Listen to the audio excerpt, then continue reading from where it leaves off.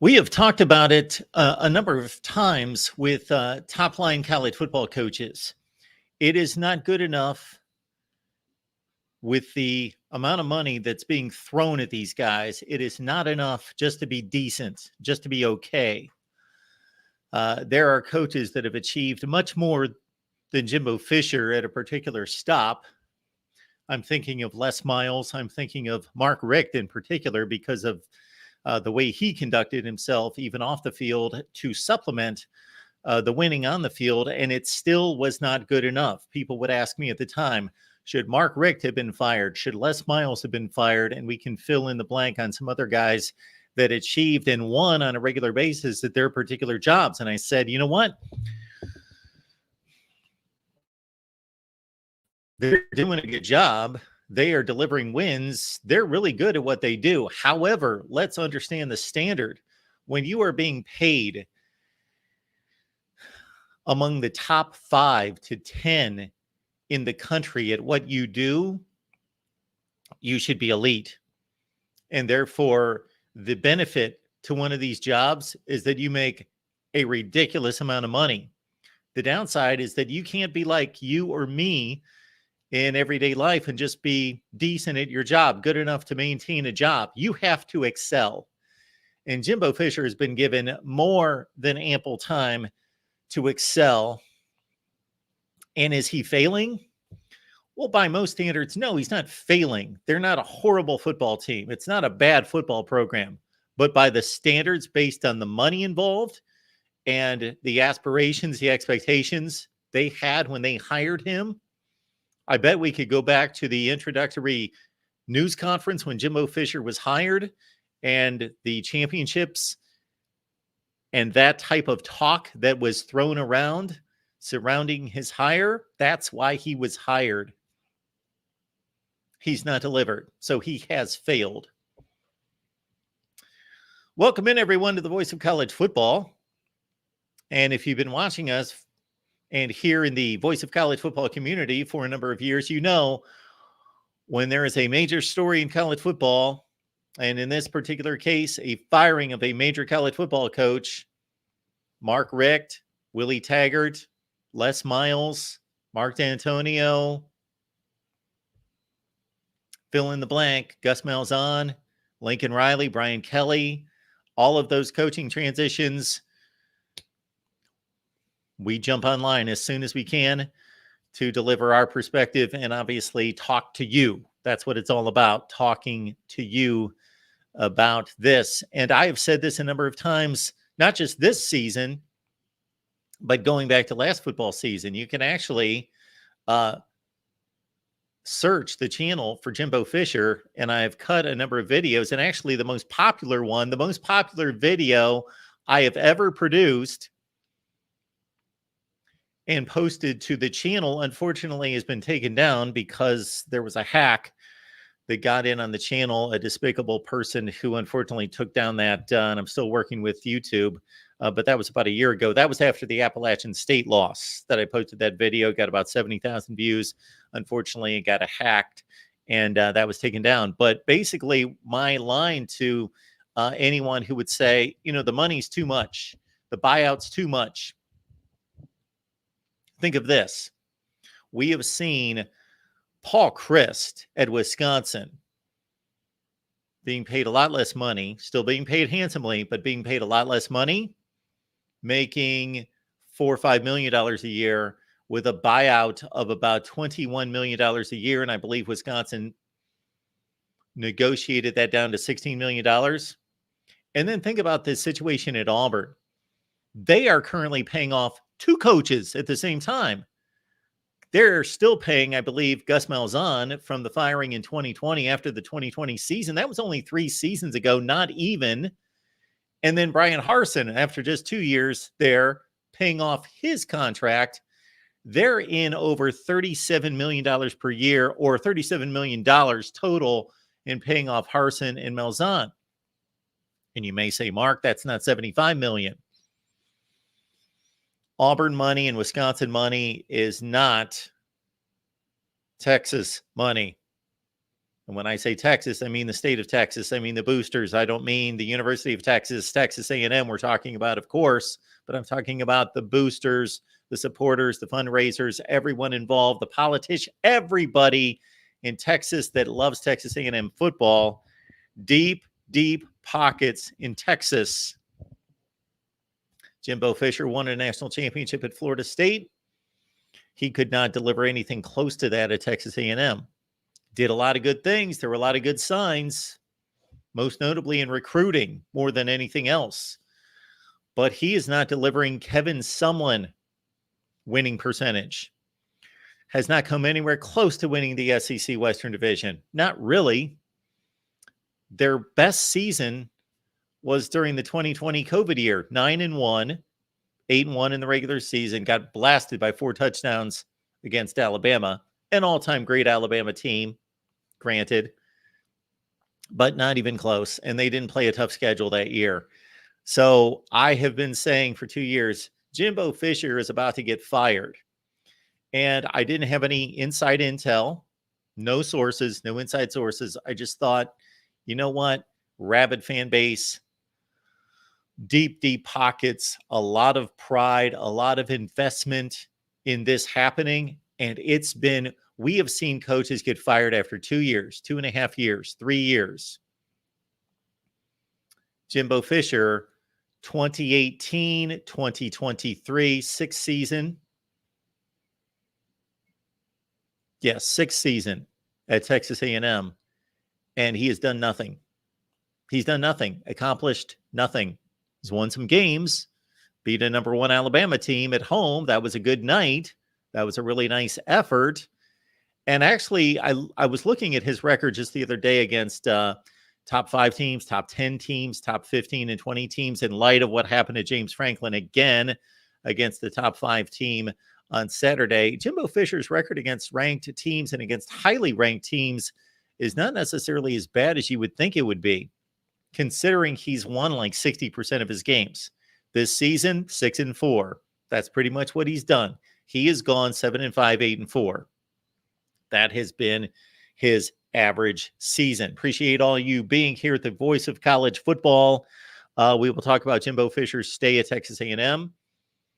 Maybe there are some defendants of Jimbo Fisher, possibly. I'm certainly willing to hear that because I'm a patient man by nature, I think. Not by nature. I don't think any of us are patient by nature, but I try to be a patient person. But time had run out. Time had run out. It is not working. It did not work. Jimbo Fisher is an overrated coach. Does that mean he's not a good coach? Does not mean he's not a good coach. He's an overrated coach. There is something about national championship equaling, okay, these guys are the best. No, they're not necessarily the best just because they won a national championship, especially if it's one. If it's one, it can be lightning, Jameis Winston, in a bottle. And Jimbo Fisher, surrounding that national championship season, had a good run at Florida State. But other people can win at Florida State. Now he goes to Texas A&M. They have not won a conference championship since 1998, and he did not deliver. I have left the link in the chat if you want to give me a call. Also, keep in mind that the link is in the description section of the video. Let's get to the Pete Thamel story from ESPN. Of course, Texas A&M and everybody else in college football is 2 weeks left. Texas A&M at 6-4. Ironically, this firing comes after an impressive, although Mississippi State is down, down, down. This is the worst Mississippi State team we've seen pre-Dan Mullen, maybe early in Dan Mullen's career. Basically, during that transition from Sylvester Croom to Dan Mullen, that's how bad Mississippi State is. So 51-10, nice little win for Texas A&M, but that should not in any way change an outcome of this magnitude. All right, Pete Thamel, ESPN story. We always want to attribute where we're getting this information, probably. And also in terms of the buyout at $76 million, I got to think that they can negotiate that down. Maybe, maybe not. Texas A&M informed Jimbo Fisher on Sunday morning he will be fired. Sources told ESPN. Fisher will be paid the remaining $76 million on his deal. Oh, man. I don't want to make you feel bad on this Sunday afternoon.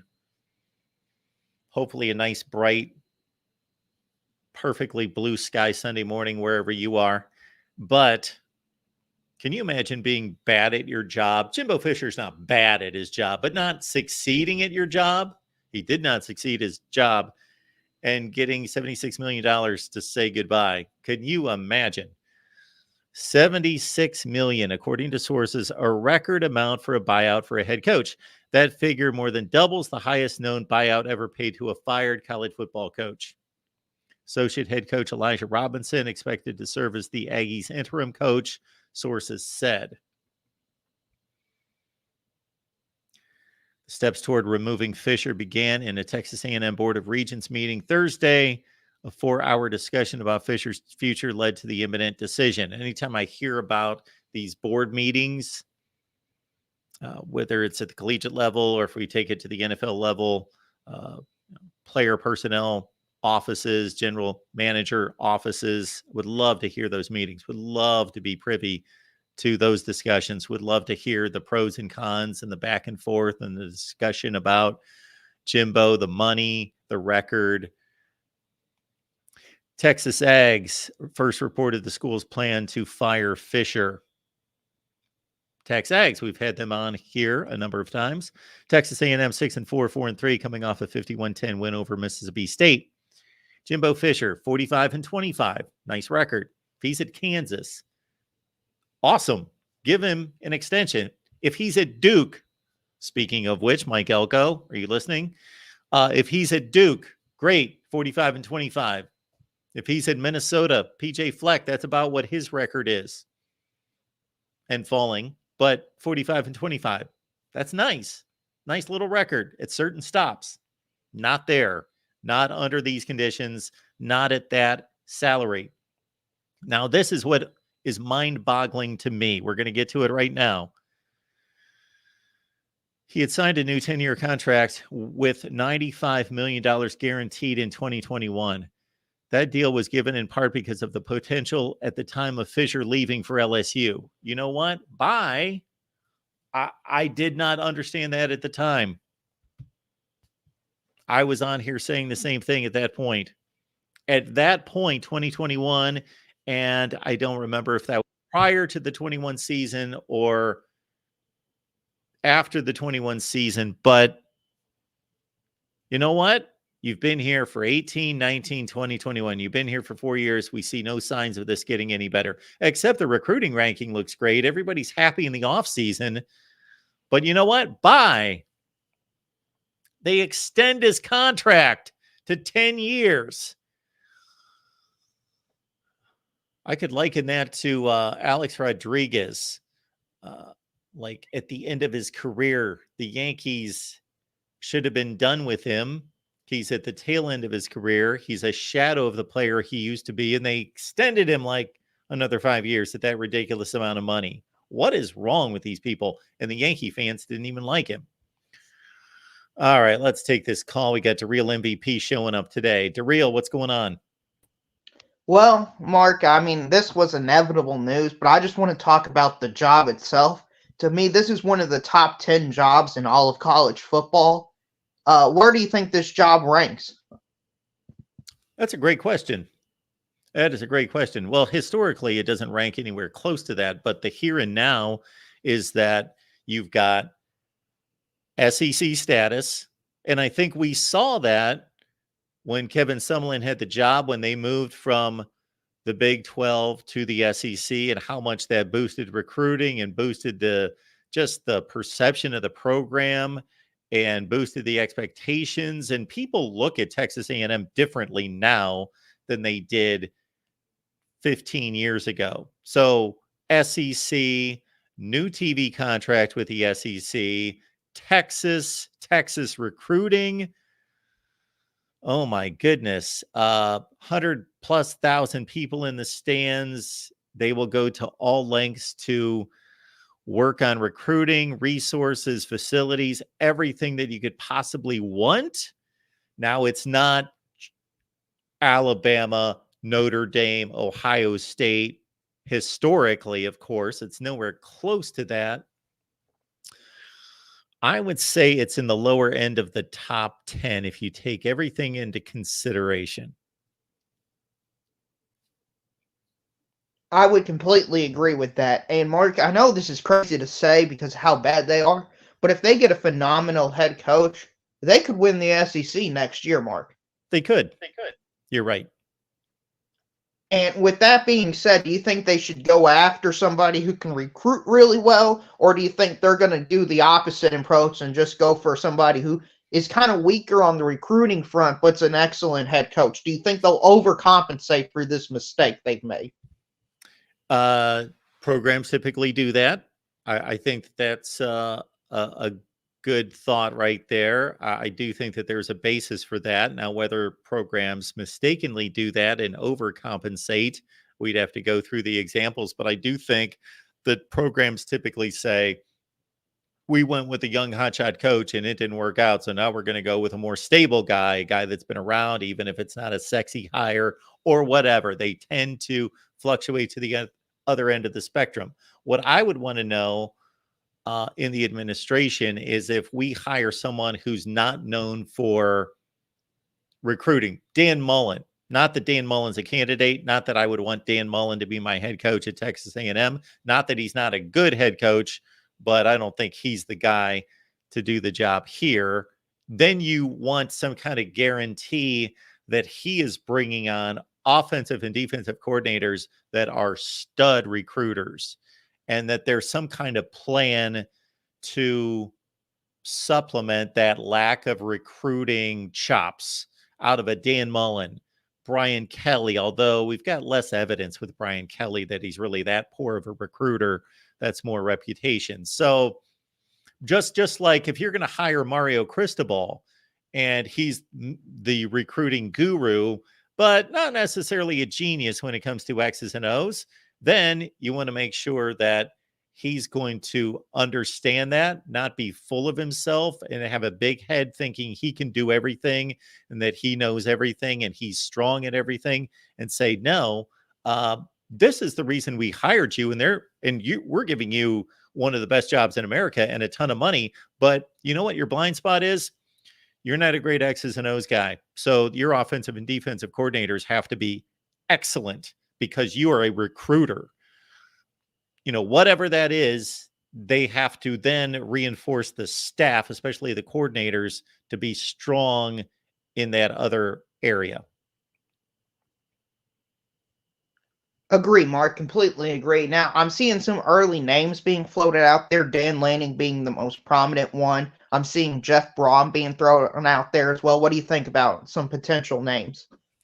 The first two names I thought of, and I did not do an exhaustive thought process on this. I was actually out and about and got a text about it and thought, okay, well, that's not a big surprise. Let's head home and jump online. So I thought Lance Leipold, Kansas, and I thought Mike Elko was just the defensive coordinator there a couple seasons ago, and look at what he's doing at Duke. So those are the first two names I thought of.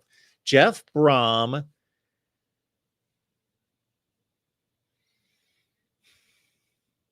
I think I have no issue with Jeff Brom. Of course, he's not been at Louisville long enough to know if he's going to recruit extremely well. Of course, Purdue's the type school that nobody's going to recruit highly ranked classes there. So I don't think that was his issue. But at Louisville, he's obviously, he elevated Purdue from, and I don't want to give him too much credit because anybody that was competent would have lifted that program. It was so bad.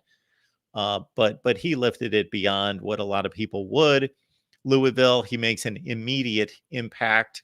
So I think he's an excellent hire. And who was your other? Dan Lanning. Oh, Dan Lanning.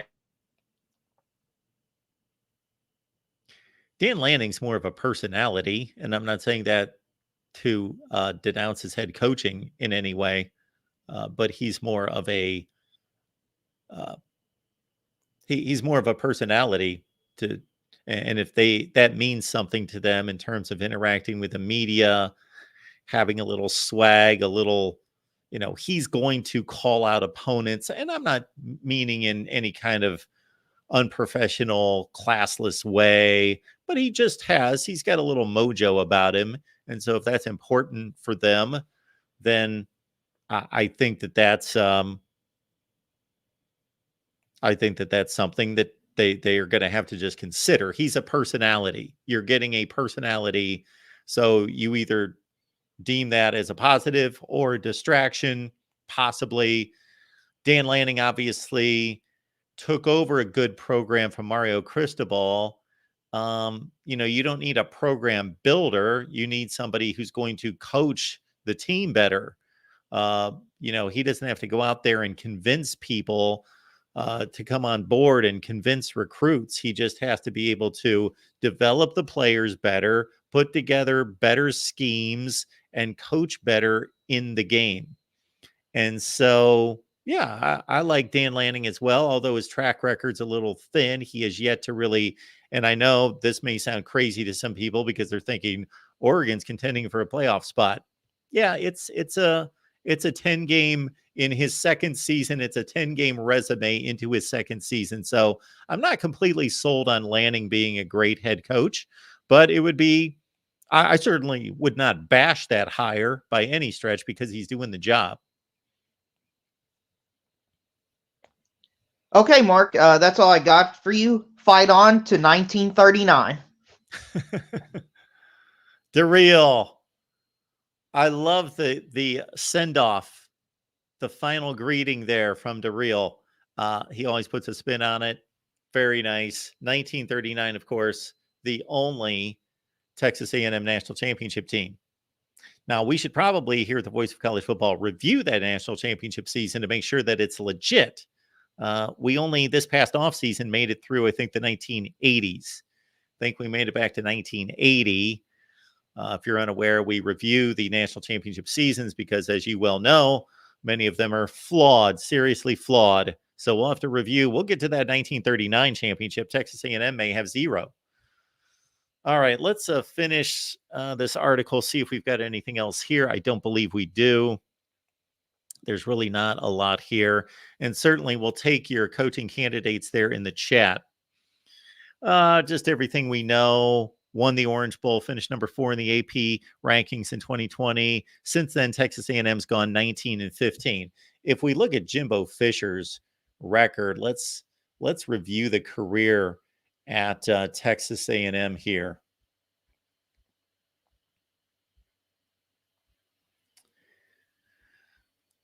So this is what we're looking at.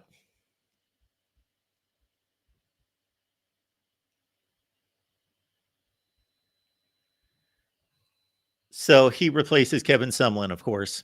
And Sumlin, I know that there was a running tally of Sumlin versus Fisher, and people kept track of that. And I know it's extremely close. And with Jimbo's 5-7 last year and 6-4 thus far this season, I believe he's falling behind Kevin Sumlin because Kevin Sumlin basically went 8-5 every year. After Johnny Manziel, he basically went 8-5. The Johnny Manziel years were good to him right out of the gate. Kevin Sumlin comes in from Houston. Now, you talk about a guy that has fallen from grace. He was a hotshot at Houston. He had a 13-1 year, a conference championship season, beat Penn State in a bowl game. He was the next big thing. He gets Johnny Manziel. They take off that year, Heisman Trophy, beat Bama, win the Cotton Bowl, finish like 5th or 6th in the nation, 11-2. First season in the SEC. Played a ridiculously difficult schedule, navigated that. The next year, not as good, but still 9-4, won the Peach Bowl. And then after that, 8-5, 8-5, 8-5, and a lot of really good starts because of bad non-conference schedules to those Kevin Sumlin seasons, but they get into the SEC, they lose games. And so that would have been 2012 and 13 were the Johnny Manziel years, then 14, 15, 16, 17. And yeah, He basically went 8-5 almost all those seasons without going through each season. So that is what Jimbo Fisher has replaced. And basically, he's just copied it. And not even that, because Kevin Sumlin certainly did not have a 5-7 season. And to have a 5-7 season, 2-6 in the SEC, 5 years into the tenure, that's alarming. It's one thing for Mario Cristobal to go 5-7 year number one at Miami, but 5-7, 5 years into it. So that first year, 2018, they go 9-4. That was the team that played a really good game against Trevor Lawrence and Kelly Bryant when they were battling for the job and when Dabo Swinney was making that switch, but it was the second or third game of the season at Kyle Field, and they took Clemson down to the wire, the eventual national champion 15-0 Clemson team. And they had a nice little season there at 9-4, finished number 16 in the country, won the Gator Bowl, 2018 Gator Bowl. I believe that was Louisville they beat in the Gator Bowl. Then they come around in 2019 and things were supposed to take off. There was a lot of hope after that first season because they take Clemson to the wire, 5-3 in the SEC, especially in 2018. That's pretty damn good, especially in the SEC Western Division. You finish in the top 16 in the country. And then 2019 didn't go as well with a 7-5 regular season. But that was kind of expected. And another portion of all of this to be considered, and Christopher, we'll get to your call in 2 seconds. Another portion of this would be offensive system development, because this is Jimbo Fisher's calling card, but he's supposed to develop quarterbacks. And I heard a stat the other day that Jimbo Fisher, and I didn't go back to verify this, but so I'll just take it verbatim. Jimbo Fisher has only had 2 wide receivers drafted at Florida State and at Texas A&M. Chris, if you want to call us back, we'll take it right now. I did not realize that was who I thought it was. I just saw a name there. Didn't realize that was our guy, Chris Frazier from Spear Addicts. So, Chris, if you want to jump back on, I'm going to text him right now.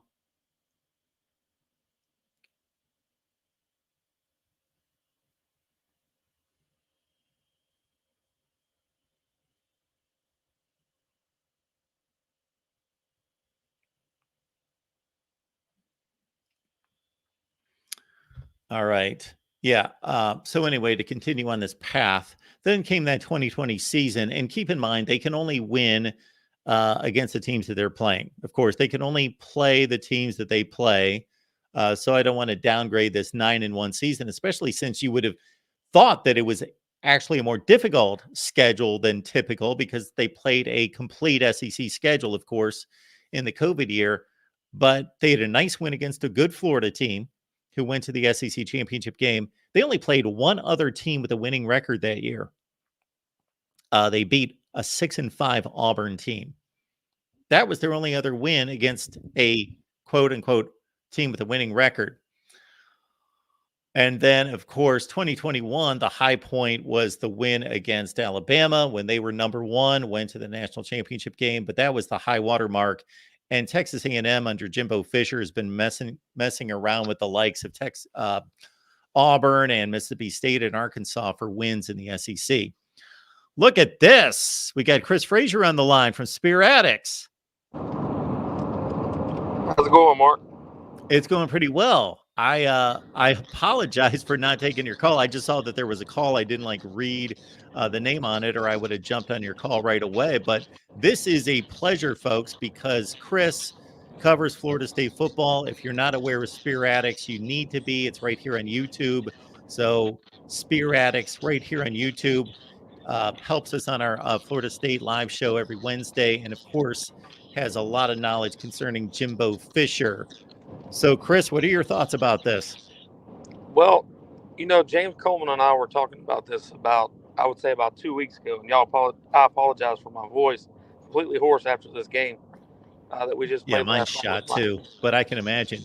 At least you made it through. Oh, yeah, we made it through. But But we were talking about this a couple of weeks ago that I didn't care what he did for the rest of the season. They were gonna get rid of Jimbo regardless because of where he's just. You don't see any growth inside. It doesn't seem to be getting better because they made an offensive coordinator hire. It's just kind of same season in and out every year. But I'm going to talk about a coach that I think Texas A&M is going to get, not go after, but get. Um, I think they can get him very quick, and I also think that he's affordable to their aspects because he's in a little bit of trouble. And his only thing that's wrong with him is the university that he coaches for doesn't put the money in recruiting that Texas A&M obviously can. Don't have the resources that Texas A&M has, and I know they might not be a huge fan of it, and some Texas A&M fans might not be, but it would be very dangerous for college football because I think that the man's got one of the greatest offensive minds in the game, and that's just my opinion. But I've also seen a lot of players explain to me why he is what he is and how smart he is as far as that the offense goes. And I'll drop the name, but it's Lane Kiffin. And right now he's in a little bit of trouble with Ole Miss. I think they're already trying to find an exit plan from him based on the scrutiny that he's getting from how he treated a player. And I think Texas A&M is about the only school that can save that name. They can fix it. They'll take a little bit of the ridicule or whatever back. They don't really care because they want to win and they want to win right now. And the talent that Texas A&M's got, their biggest shot at keeping that talent in and not mostly entering the transfer portal is bringing in a guy that most kids love. He is hard on them, but a lot of kids like that coaching. You're going to find one here or there that don't, and that's what happened at Ole Miss. But I think that's who they get, and I don't think a lot of people are dropping his name. I don't think you go after Dan Lanning. Oregon's lost, Willie Taggart to Florida State. A couple years later, Mario Cristobal to Miami. They're getting kind of tired of losing folks. So I don't know if they're going to just let someone go, especially when Dan Lanning's doing better than both of those previous coaches. So to me, there's other names out there that are good, but Texas A&M's flashy. They want to win. That is what they want, and I think that that's the most dangerous man that they can go with, other than someone like an Urban Meyer. But I don't know how realistic Urban Meyer is. That's all I got. Hey, Chris, as soon as you started going down that path, I thought within about 3 words, I thought, yes, Lane Kiffin, because I think a lot of people tend to think of guys that are just kind of available. And we think of Lane Kiffin as, well, he's got this job and he's doing well. But yes, he has had that controversy jump up on him in the last month. And yes, wow. I am sure, considering the politics in Texas, I'm not talking about Republican, Democrat. I'm just talking about infighting in terms of how much people get involved in Texas into the college football more so than other states. That there would be a heck of a battle about Lane Kiffin because he's a polarizing guy. Some people love him, some people hate him. And I'm sure it would not come as a hire like a consensus. Everybody's on board. We're hiring this guy because everybody loves him. It would be, wow, one faction won over the other, that this is the guy that we need to get. Well, like I tell our fans, when we had a bunch of fans question us hiring Mike Norvell. The thing that I was explaining to them was like Tony Pollard. You getting to talk to Tony a lot. It gave me an understanding on what matters in coaching, what matters to the players, what the players look for. Not so much the fan base, not so much the head ups, just the players. If you want to win football games, you got to get the players, and I don't mean get the best ones. I mean get them to play their best for you. Yeah. Now, when you can capably get the best and play the best for you, there's a guy like Lane Kiffin. I think Lincoln Riley does good offensively. Don't know what's wrong with him. Defensively, I know they got rid of their defensive coordinator down there, but has USC ever had a great defense? No, but they've had a good enough one to win a national title. So I don't know what that looks like as far as that goes. But I love the Mike Elko name drop. I think that one's fine. I think Mike Elko's done a phenomenal job at Duke, but is Mike Elko the name that can get those players to come there? No, he's just a very good developer. he's not going to get you the 5 stars that you're going to want right away, and that might put you in the hindrance of being able to win what you want to win. So the names that people are going to look for when you get rid of a Jimbo Fisher, regardless of what he hasn't done, when you get rid of a name that big in college football, it's not much less than some of the biggest coaches right now. It's like if Georgia decided to separate from Kirby Smart, which they won't, but if he gets into a situation where he's not winning anymore, when Kirby Smart leaves or it's his end of his time at Georgia, people are going to be like, well, who's the next guy? How do you put the shoes in that? Nick Saban goes to leave. Who's that guy? And if you don't get Lane Kiffin now, or you don't get the Dan Lanning now, Alabama will. And when it's time for them to get that big name, they got the money. So Texas A&M is not gonna. The 75 million's a month of barrels, man. Let's just be honest. They're just not gonna go to the $12,000 plate food that night. Or that month. They're gonna go to $5,000 a night, so we can recoup some of that money we spent off of our month of barrels that we've got for this school. It's not as big as people think it is. Plus, it's going to be a payout system. That school is going to be fine. They've got the money to hire whoever they want. So I'm just ready to see who it is. But I felt like once Lane Kiffin's thing popped up and it gained nature, that gave Texas A&M a timeline. Let's pull the trigger and let's pull it now so that everybody knows that we're coming. And then whoever that is, we'll get them. That's a great thought, Chris. I appreciate you jumping on board with us. And I know everybody's speculating about the future, and you gave us some, a great path there in terms of the possibility there. But because of your history, your connections, your insider status with Florida State, I'm curious just your thoughts about Jimbo Fisher, because anytime a coach has a national championship on his resume, we tend to start with those coaches and just say, well, they're in this other category, and then we look at everybody else and rank them. But that doesn't necessarily, especially when you only have one, you could have caught lightning in a bottle. So I think he's a good coach. Do you think he was a better coach, number one, 10 years ago? Or was he always this guy and just he caught the right team, the right recruiting, the right quarterback, and all of that at Florida State? Well, to be completely honest with you, Jimbo Fisher has always been a better recruiter than he has a head coach. But his problem is, and most offensive mind coaches, this is not just Jimbo, this is around the faculty. That's why your best head coach is not a play caller. Your best head coach, and this is only opinionated by me, your best head coach is a CEO who makes sure everyone's doing their job at their best, gets the best out of each and every one of them. And the reason that I say that is because when the game evolves into what everybody else is running, this new scheme, this new offense, this new defense, whatever it is, those guys that are those play callers of the past, where it was a pro style or whatever we were running X amount of years ago, and they don't want to evolve, they're just fighting it. That's Jimbo's biggest problem. He fights the inevitable. It's evolved. You have to move on. Nick Saban did not want to evolve, but he did it for the betterment of not only his legacy but for Alabama football to win. And Jimbo has that ego that doesn't allow him to do so. Now Nick Saban luckily was not that big play caller guy. Now he's defensive. That's what he knows. And they're not as big of egotistical maniacs as, and I'm not trying to be no kind of way. I think you have to be narcissistic as hell to be a coach. I'm Mhm. honest to God. So I get it.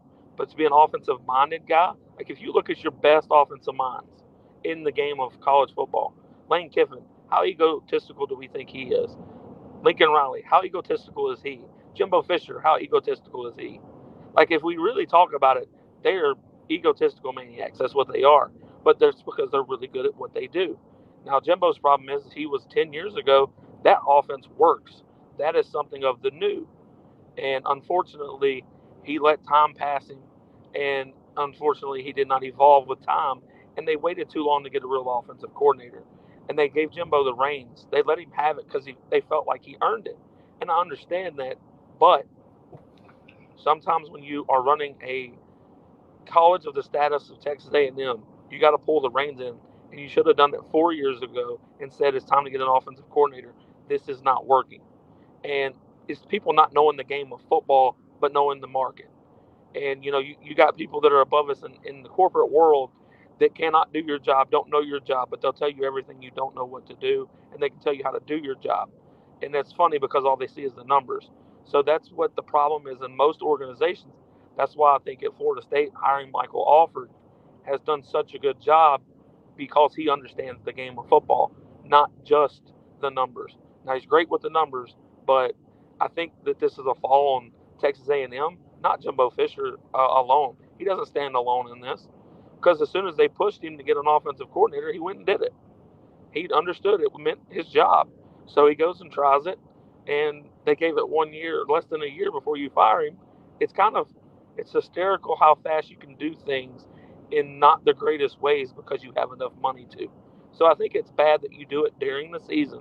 I know it's close to the end, but be classic and wait till the end of the season and then you do it. But the only reason you don't do that is because you found a coach that is not available, realistically, as far as they don't have a job or, they're at their end of their contract. You're looking at somebody that's got a thing that just popped up. And before that news dies down or Mississippi or Ole Miss does a good job of trying to cover it up, it's time to go after that guy. So that's the reason why I think it's Lane Kiffin. And I could be completely wrong. I don't care if I'm wrong because it's Texas A&M. And I tried to tell him that it wasn't going to work because he was not going to change. It didn't matter what players he got. So, statistically or by the numbers, it states that he's gotten the greatest class of all in all college football a couple of years ago or last year, whatever it was. He couldn't do it. He did it with the 2013 Florida State team, but supposedly that class was head and shoulders above that one. So I don't know, but I don't think Jimbo coaches for a little while. I think he ends up the Dan Mullen route and ends up in a studio somewhere talking football and making millions while he's getting paid millions from the school. I mean, he's not coming out of this in a bad way. Nobody looks at him like he's a bad coach now. He's just not an elite coach. He's not at the top of the list, but he's still a good coach. And I wouldn't be surprised if he gets a job a couple more years, or maybe a year down the road, someone calls him up and gives him a job. But I think he goes in the studios, gets a couple million a year to talk this game because he knows it so well. And I mean, he's fine. So we'll see where he decides to move to because I don't think he stays there.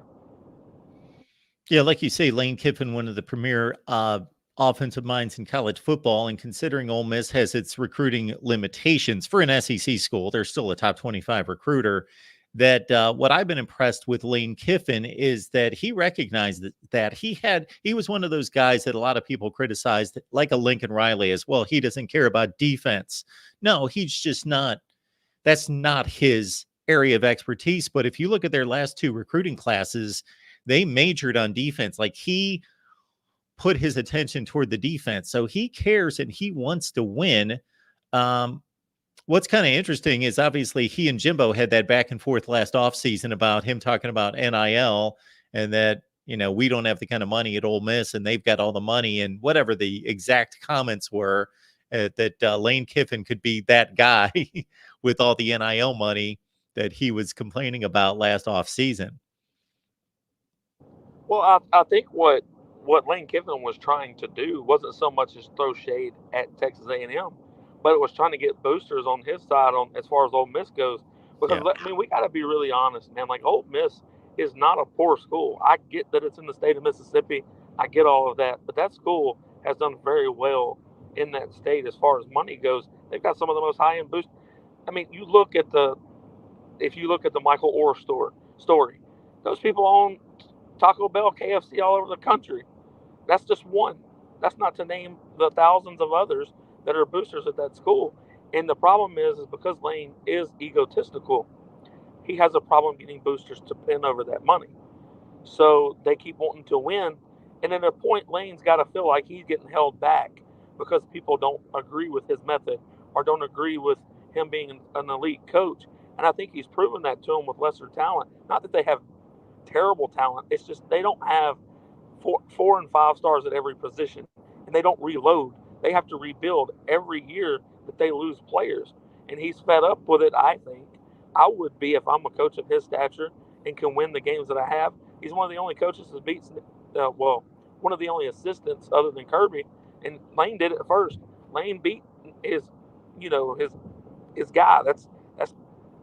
Alabama, that's the whole big deal. Like, he pulled it off before it was popular to do so.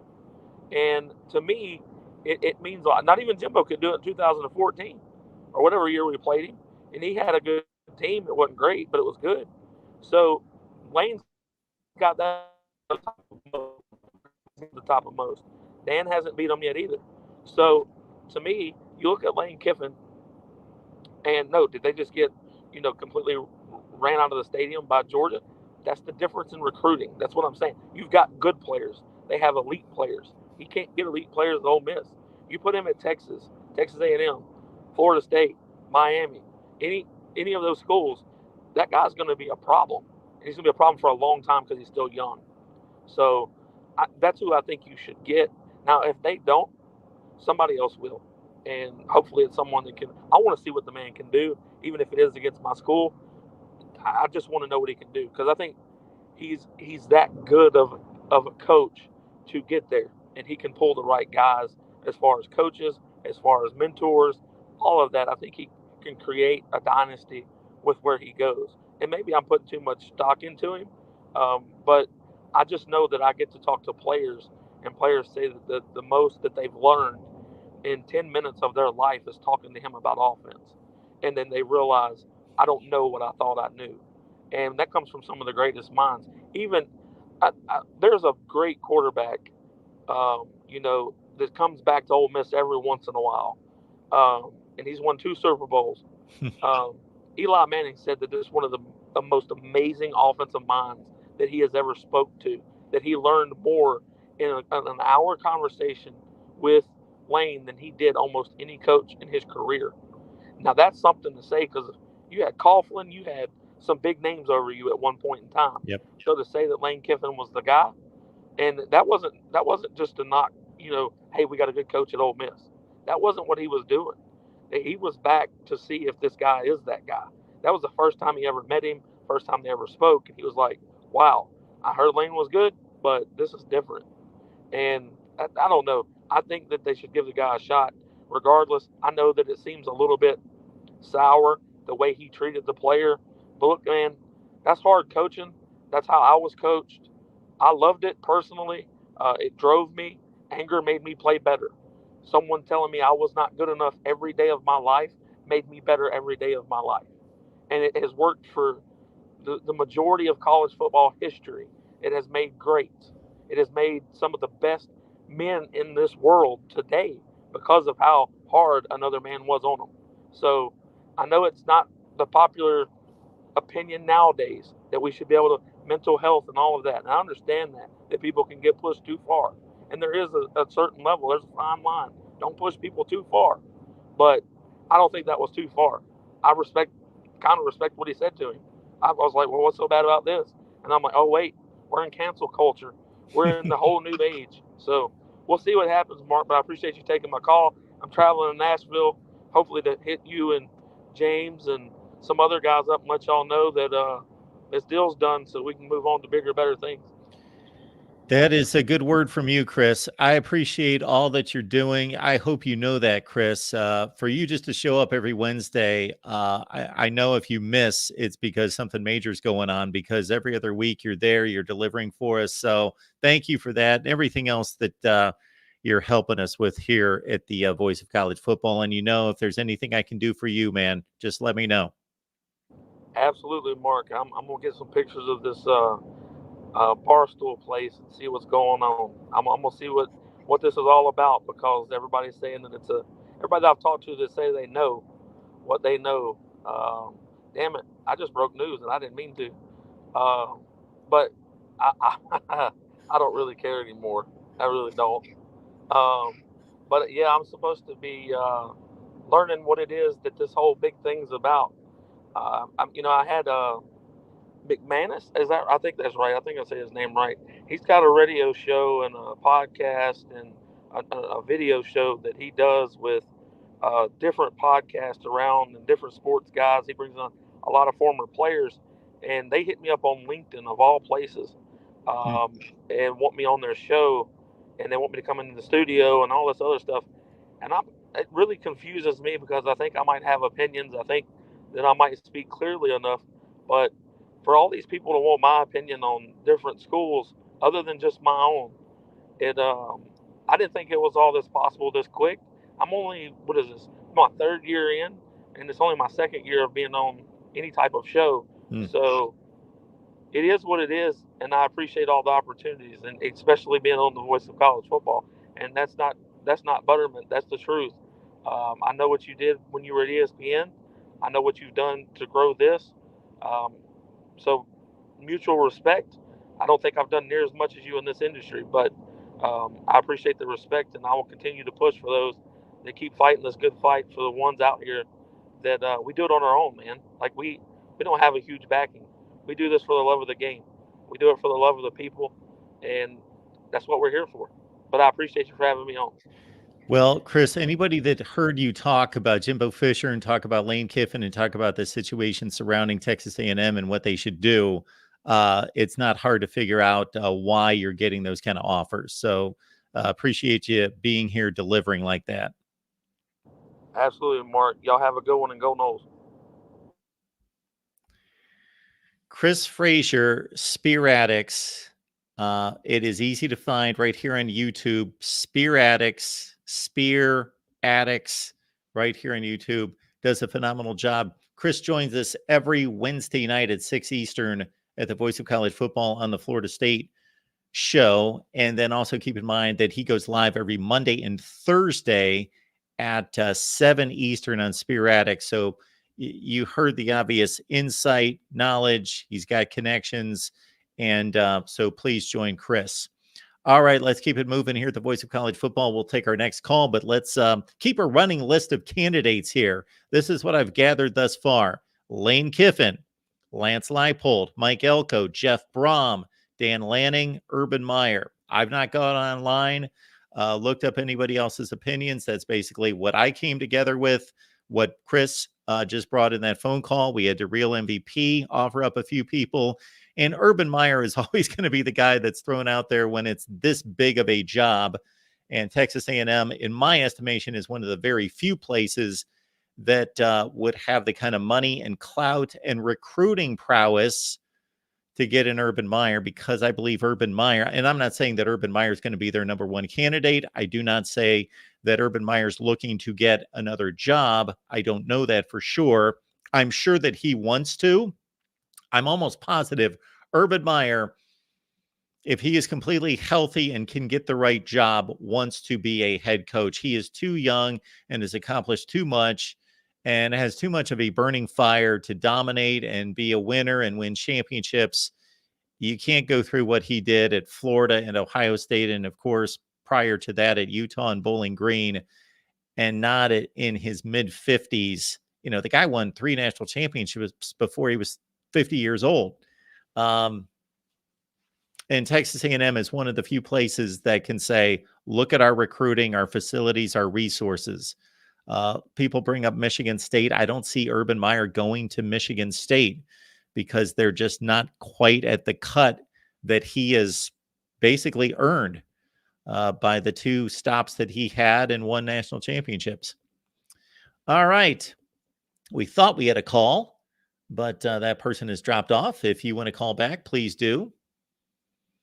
Any other candidates out there that anybody's considering? I'm not giving it much thought, but let me, if Jonathan Smith was not so tied to Oregon State, but sometimes you got to make difficult decisions in life.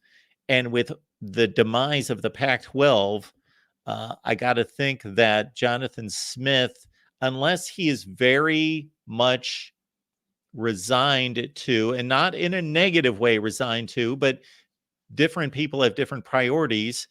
And he obviously is a great football coach. He wants to win. He's built a great thing at Oregon State. So it's going to be a decision whether this is my alma mater, this is where I'm raising my family, this is where they want to be, this is where I want to be. And regardless of what happens, hey, coaching at Oregon State in the Mountain West and making $5 million a year is not the worst deal in the world.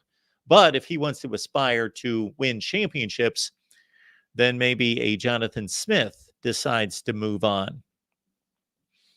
Elsewhere in the Pac-12, if Dion was more proven, maybe Dion in 3 years, 5 years. But obviously, the magic fairy dust has worn off in the last couple months, and that's no knock on Dion. It was just that the schedule was set up in such a way that they got off to a great start, and it's remarkable what he's put together. Them just playing a good, really good Arizona team down to the final play of the game last night is testament that they are still fighting. They're still playing. They're still a good team that has a lot of holes. Obviously, they're not a physically dominant team. They're very much a smattering of talent and speed and concept. They're a very interesting team. They're basically what USC was the season before Lincoln Riley got there. USC had top 5 to 10 recruiting classes, but not a lot of those guys, but some of those guys transferred. Plus, they had a lack of development. They had a lack of a strong, solid strength and conditioning program. And they were just a weak, flimsy team that had NFL players in spots sprinkled in among the lack of depth and the lack of development. They had NFL players even in that 4-8 USC season. So Colorado is pretty much like in that spot right now. And of course, moving to the Big 12. So somebody commented in here that Deion Sanders is not going to Texas A&M. I did not say that he is. I'm saying that just look out for a couple of years from now. That kind of move for Deion could be possible. So I'm going to add Jonathan Smith to our list. Anyone else? I don't know that Jedd Fisch is the name hire that they're looking for at Texas A&M, but Jedd Fisch is doing a heck of a job at Arizona. Really good offensive mind. Just listen to the guy talk. You can tell that he connects with people. And that's one of the big reasons why he's achieved so much in such a little time at Arizona and walked into what was most likely the worst Power 5 football program after what Rich Rod did to it. And mostly the deterioration continued under Kevin Sumlin. That was just a dumpster fire at Arizona, and Jedd Fisch has done a great job, but I don't know that he's going to command the kind of attention and name that Texas A&M is looking for. I do think that is part of the hire. They can get both. They can get anybody who sizes up their job to be not on the level of Texas A&M. They should be able to go grab. Let's see, anybody in the SEC in addition to Lane Kiffin? Eli Drinkwitz, I would put him in a sense in the Jedd Fisch category. I don't think that he's heavy enough for the job. Don't think that that's going to happen. Also, Eli Drinkwitz did not impress me his first 4 or 5 years at Missouri. Now he's coming through with he's had a nice recruiting class. He's had a nice recruiting run, considering that Missouri is typically second to last to Vandy in the SEC in recruiting. He has certainly pulled through with better recruiting classes and top end guys that he's pulled in at Missouri that have not been the standard for Missouri football. So Eli Drinkwitz has stepped up his game this past season, and we obviously see it on the field as well. And this is even before really those recruiting wins are setting in, because that's really just happened here in the last recruiting cycle or two for Eli Drinkwitz. So I'm going to add Jonathan Smith to the list. Our call-in link is in the chat. I can drop it in there again because it's about 1,000 comments buried, but it's also in the description section of the video. So please join us there. This is all delaying my top 25 that actually makes sense. Oh, no. That's not what I wanted. There we go. I got to copy the link. Forgot that I had copied something else since then. So the link is now in the chat. And again, it's also in the description section of the video. Thanks, John. Appreciate you dropping that. Also, in the chat, we're simulcasting on our SEC channel that we launched at the beginning of the season. We've got about 350 subs. We want to get that to 1,000 quickly. So the SEC channel link is in the description section of the video. So please grab it. And if you, of course, want to follow the SEC, you should be joining us there, because I have about 5 or 6 records posted each and every week from key games and key matchups and key teams in the SEC. But also, in addition to that, if you just believe in what we're doing here at the Voice of College Football, even if you don't like the SEC, grab the link, subscribe, please. And then when we get safely over 1,000 subs, go ahead and unsubscribe. But let's get to 1,000 subs on the SEC channel. The links in the description section. Let's see. Let's comb through the Big 12. I put Lance Leipold. There we go. Hookem247 is saying Lance Leipold. He was the first guy out of my mouth, in addition to Mike Elko. Man, I think Mike Elko is so good. Man, he is good. Just think about what Mike Elko is achieving right now at Duke. Duke right now has gone from being the worst team, worst roster, worst program in the ACC, and they're playing on a NC State, Miami level. That's where they're playing right now. I know they lost this game to North Carolina, but even consider that. The recruiting status of those two programs, count up the 4 and 5 stars on the North Carolina roster under Mac Brown. They've been recruiting in the top 15 to 20 versus what Mike Elko inherited from David Cutcliffe, who had kind of grown stale there, had a nice run. David Cutcliffe at one point. It's funny that Chris brings up Eli Manning. Of course, he gained a lot of his quarterbacking chops and tutelage under David Cutcliffe. And both he and Peyton and David Cutcliffe did a remarkable job for a time at Duke, but that had grown stale. And Mike Elko took over a team at Duke that this is just phenomenal. Each time I express this, I can't believe it. I got to let it soak in. Duke had lost 17 of 18 ACC games when Mike Elko went there. They were 1-17, and most of those were not pretty losses. Those were not like they were competitive. They're losing these games by 30, 35 points. 1-17. And then if you would look at the roster that he inherited, he hasn't even been able to change this program with recruiting yet. He's only had one recruiting cycle, and their impact on this current team has been minimal because they're only freshmen, of course. And my goodness, now I got to credit David Cutcliffe because he did actually finish with a couple decent recruiting classes for Duke standards. But Mike Elko took a team that went 1-17, its previous 18 ACC games, and immediately made them competitive to where they didn't lose a game by more than one score last year. We saw how they competed against Florida State. Sure, it wasn't a pretty fourth quarter, but they competed for 3 quarters and lost their starting quarterback. We saw them beat Clemson by 3 touchdowns. We saw them last night on the road at North Carolina take Drake May and North Carolina and superior talent to an overtime game.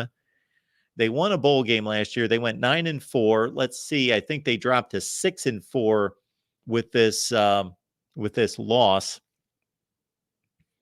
last night. But I don't care if they lose their last 2 games of the season and finish 6-6. Mike Elko, in my book, is he's a top 5 to 10 coach in the country based on sample size of what we've seen to date. He doesn't have the resume yet, of course. And especially for a guy that's never done it as a head coach. Crazy. All right. Let's see. As we comb through the Big 12, I mentioned Leipold. Mike Gundy's a really good coach, but no, I think he is set. He's Oklahoma State through and through. He's done a remarkable job turning this team around, although we saw the big letdown yesterday. I would think, having been around the block a few times, that Mike Gundy would have prepared his team for that kind of letdown. and UCF is not really a good football team. But I don't see him going anywhere, and I don't see Texas A&M going for Mike Gundy. And elsewhere in the Big 12, outside of the obvious, Steve Sarkisian's not leaving Texas for Texas A&M, nor do they. He's not really proven yet either. So nothing left in the Big 12. Of course, Brent Venables is locked in at Oklahoma. And of course, those two schools are going to the SEC next year. Anyone else in the SEC? I brought up Eli Drinkwitz. Of course, Josh Heupel off to a good start at Tennessee, although they got smashed yesterday and not a great season this year. Arkansas, I'm guessing, may be the next opening that we see. I know the players love Sam Pittman. It was a really good story leaving Georgia as an offensive line coach, going to Arkansas, turning them around momentarily, but it's been a rough 2 years at Arkansas. I don't know that he's going to be around for long. Anyone else in the ACC?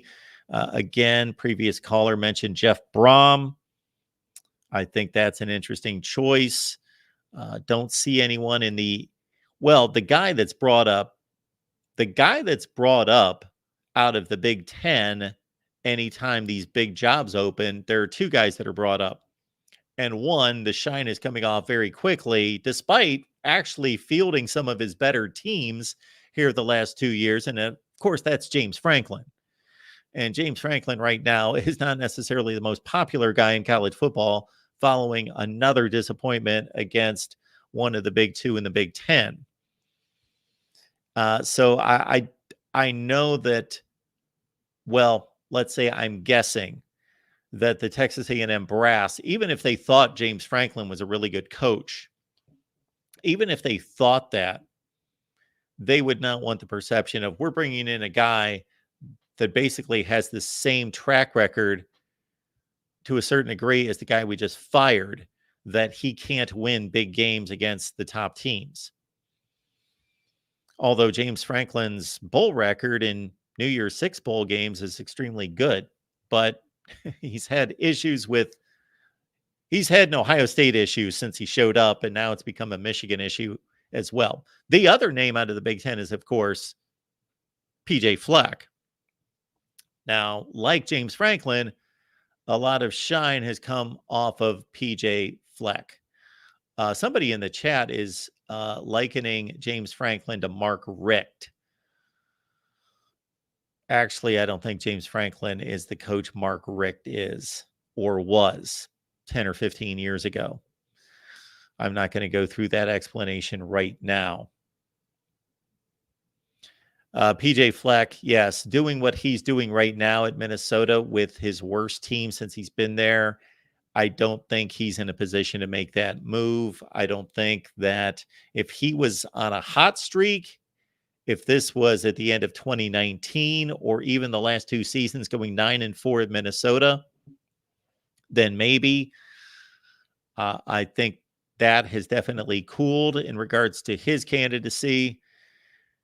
Matt Campbell having a nice bounce back season at Iowa State. He's now 7-3. I know they won big last night. I'm trying to think if that moved them to 7-3. More importantly, they're 5-2, and they are tied for second place to go to the Big 12 championship game. And so Matt Campbell, after being a remarkable builder of a program there at Iowa State, had this down couple seasons that kind of took him off the radar. But again, I don't know. I'll put Matt Campbell in a sense in that bucket with Elko and Fish as not being quite the name that's going to really spark the fan base, spark the boosters and the supporters. More importantly, the financial supporters that they're going to back a hire like that. I don't think that they're going to be too excited about Matt Campbell, although he's really good.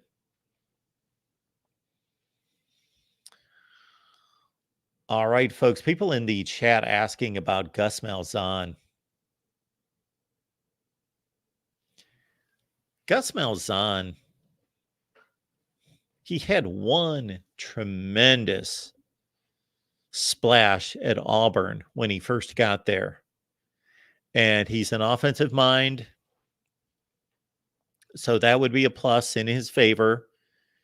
Because I think this administration and this athletic department has to think we can recruit, regardless of who we get, we can recruit defense. Defensive players are typically going to go, not that they're not making choices about development, because they are, but in terms of scheme, yes, there are good and bad fits for particular players, especially if you're talking about, like, is this guy an edge rusher or is he a drop back outside linebacker, and a particular player maybe having a thought as to, yeah, I don't want to play for this guy on the defensive side because that's going to take away from what I do well or what I see myself as being. But there's a lot less of that on defense than there is on offense, where I believe that recruits are much more critical as to offensive fit. And so if you're Texas A&M and you hire an offensive minded coach like a Lane Kiffin or some of the other guys that we've mentioned, Jeff Brom, I believe the defense, not that you can just let it go, it's going to take care of itself. You hire a strong defensive coordinator. You throw a ton of money at one of the best out there, whether that's Jim Leonard or whomever it is, and you get a top defensive coordinator. I think that the offensive perception is a bit more important. Texas A&M, again, based on everything I just said, is going to be able to recruit and sign defense, but to be able to convince recruits that this is an offense that is going to showcase your skills and get you to the NFL. So I had heard this the other day. I mentioned this a few minutes ago before we took Chris's call, that I had heard that Jimbo Fisher, in all of his time at Texas A&M and at Florida State, has only had 2 wide receivers drafted. Now, when we see what's happening at Ohio State, and we see what's happening and has happened in places like Clemson over the last 10 years, Alabama over the last 10 years, Ohio State over the last 10 years, those being the 3 prominent wide receiver schools during that time. Am I missing anyone? Not really. Oklahoma, from a depth standpoint, CeeDee Lamb, Hollywood Brown, they've had some really good ones, but really it's Ohio State, Alabama, Clemson, LSU, but really those top 3, they'll have 2 guys get drafted in one draft class. Jimbo Fisher, I'm going to look this up. We got it right here. Florida State NFL draft history, and then we'll look at Texas A&M. So his Florida State run started in 2011 or 12. So he wouldn't even be responsible for that draft class. And Landfound, we'll take your call. Let's do that right now. Landfound, what's going on today? Welcome to the Voice of College Football, sir. I'm growing increasingly frustrated with this traffic in Miami. On a Sunday afternoon, coming from Oklahoma City, there's no traffic there, especially on a Sunday. Gosh. Wait, you're traveling from Oklahoma City to Miami? That sounds like a massive drive. I've done it a couple of times before. Good It's Lord. not What that is big that, of a deal. 20 hours? 25? 20, more like 25. Yeah. Okay. But well, little social and emotional intelligence goes a long way, because I'm like, okay, I can't blame other people. I can't be mad at them for being on the road on a Sunday afternoon. And I'm like, and I catch myself, I'm like, wait a second here. one of our guys in the chat here, Moose, wants to know if you're on I-75. No, but I think I used I-75 to get to Miami when I got in the state of Florida. Well, just be safe out there. Thank you. Hey, if I could be a fly on the wall in that meeting when they called Jimbo Fisher onto the carpet, because if I think I know Jimbo like I think I do, you know, he might have said something. Ego's got in the way. Jimbo's personality comes out, and he gave him a piece of his mind. You think an exchange of words got him fired? No. Like that was it? Like he said, you know Jimbo, or at least I think I know Jimbo. Jimbo said something, they're like, all right, Jimbo. All right, man. We're done. So I think that's an interesting take that you have, and I think that's very insightful, but I just don't think, I doubt if that's the case. I doubt if they're making a rash judgment based on an argument to fire him. You know, they've been dealing with him for 7 years. And yeah, I think that they had their minds made up. It's not working. This is a 7th season. 7th season? Yeah, 7th season. 6th season. And no, I think that this has been determined. Mark, I doubt they sat there and had their hands on their laps and talked it out. If I think I know Jimbo like I do.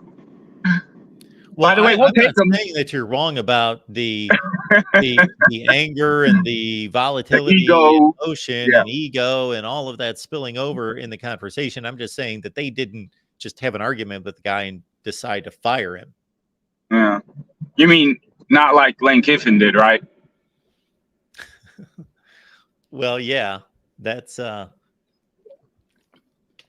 it's interesting you bring him up because we had Chris Frazier here from Spear Addicts, and he believes that Texas A&M either should or will or both go after Lane Kiffin.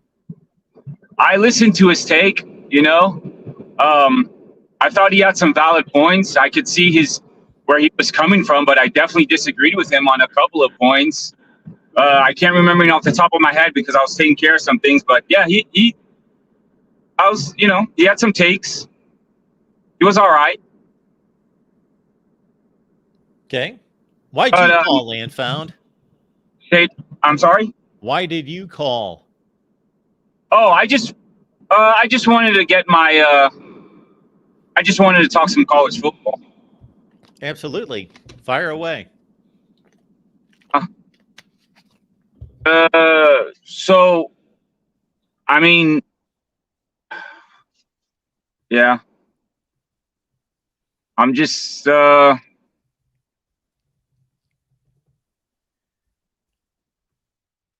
game yesterday was pretty good. Did you see my tweet about the Miami Florida State that was the most pleasurable college football game I've seen all season? I did not see your tweet. Sorry. I've not been monitoring your Twitter feed. Mark, there's nothing. I mean, I think there really is nothing like Miami Florida State in college football. I think it is the best rivalry. Full disclosure, I'm a Miami Hurricanes fan. Yeah, massive respect to Florida State. But my goodness, Miami Florida State's tough to beat, man. Well, it's not the greatest rivalry, but it's up there. Oh, yeah. Yeah, you know what's another good? When I was living out there in Oklahoma, the Red River rivalries, the shootout, that's a pretty good one too. Absolutely. They're both historic, amazing rivalries. Absolutely. I watched the Florida State-Miami game start to finish. Absolutely. I thought it was a great game. Wasn't it? Yeah, it was a great game. Absolutely. What didn't it have? You had a true freshman backup quarterback who comes in a rivalry game of that magnitude, plays his heart out. The game was close the whole time, controversial calls. Then you bring in TVD at the end. I mean, the kid hurts his arm trying to get a first down, John Elway-esque. You see him reach his arm out, knowing that, hey, if I do this, something bad can happen, and he took one for the team. He's crying not only because of the pain and emotion involved, but because he wants to win so bad. 6'4", 220, stud. I mean, I hope he's back next season. I really do. And what happened with Lane Kiffin, and then what happened with Jim Harbaugh, I think Mario Cristobal's stock went way up, but way up after those two. After what happened in that situation. Whoa. Yeah. What is the connection between Mario Cristobal and Jim Harbaugh and Lane Kiffin? You spoke about factions in Texas. I thought that was a great point. Okay. About the Lane Kiffin hire. I thought that was a great point. I was part of the faction. I wanted Lane Kiffin at Miami. Yes. I would have given my right arm for Lane Kiffin at Miami. And I was not the only one. I'm glad you didn't get your way and you still have your right arm, Land found myself. Thank you. I think that's much more useful than having Lane Kiffin as a head coach. But thank you. But I know that there were a lot of people on board with you. Yeah. And I thought of something else and then I lost my train of thought. But or what we were talking about. Mario Cristobal now there's no more. I mean, what happened with Lane Kiffin, what just happened at Ole Miss. Now it's like, now for sure we don't want Lane Kiffin. So that we can get that out of our head. Even though the contract, even though it was never going to happen, now we can just completely take that out of our head. And then you've got a program, an up-and-coming program under Jim Harbaugh, who's a rival because it's college football. We want to be in the college football playoff as well. He goes down. Then you've got USC going down with the coach over there. I think the stock's up for Mario Cristobal and the University of Miami. And then we put on a performance like we did yesterday. We see what happens with TVD next year. Recruits come in. Look out. Okay, so you're saying all this and sizing up these coaches for a recruiting angle. Not only from a recruiting angle. Yeah. Not only.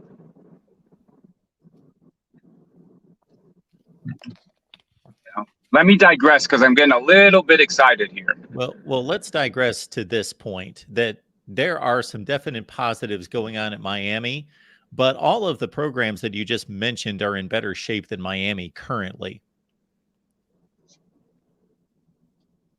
Right, and I think that goes to my point, doesn't it? Those programs are in better shape. I thought you were talking up Mario Cristobal and how all these other programs and coaches are having a rough time right now. Well, yeah, they're in better shape, but those are major blows. What happened at those programs? That's going to hurt Ole Miss in the long run. I thought the caller before me, Frazier. Yes, he made some great points about Ole Miss and Lane Kiffin. What he said that they're already probably having conversations. Yep. To see if they can replace him. And then Jim Harbaugh, they're saying he might sneak away to the NFL. Yeah, well, that's a yearly thing with Harbaugh, number one. Number two, obviously, they're in the midst of this NCAA investigation, of which we're not going to find anything out about that, I don't think, for a long time. And they've already received their punishment for what we know to be. Keep the black cloud. Keep the black cloud over Michigan. Yeah. It's only better for us. Not that there's not any crossover in recruiting there, but Ole Miss and Michigan and USC aren't necessarily competing for much talent with Miami. I would be a little bit more concerned about Mike Norvell, number one, and to a much lesser extent, Billy Napier, but still Florida. So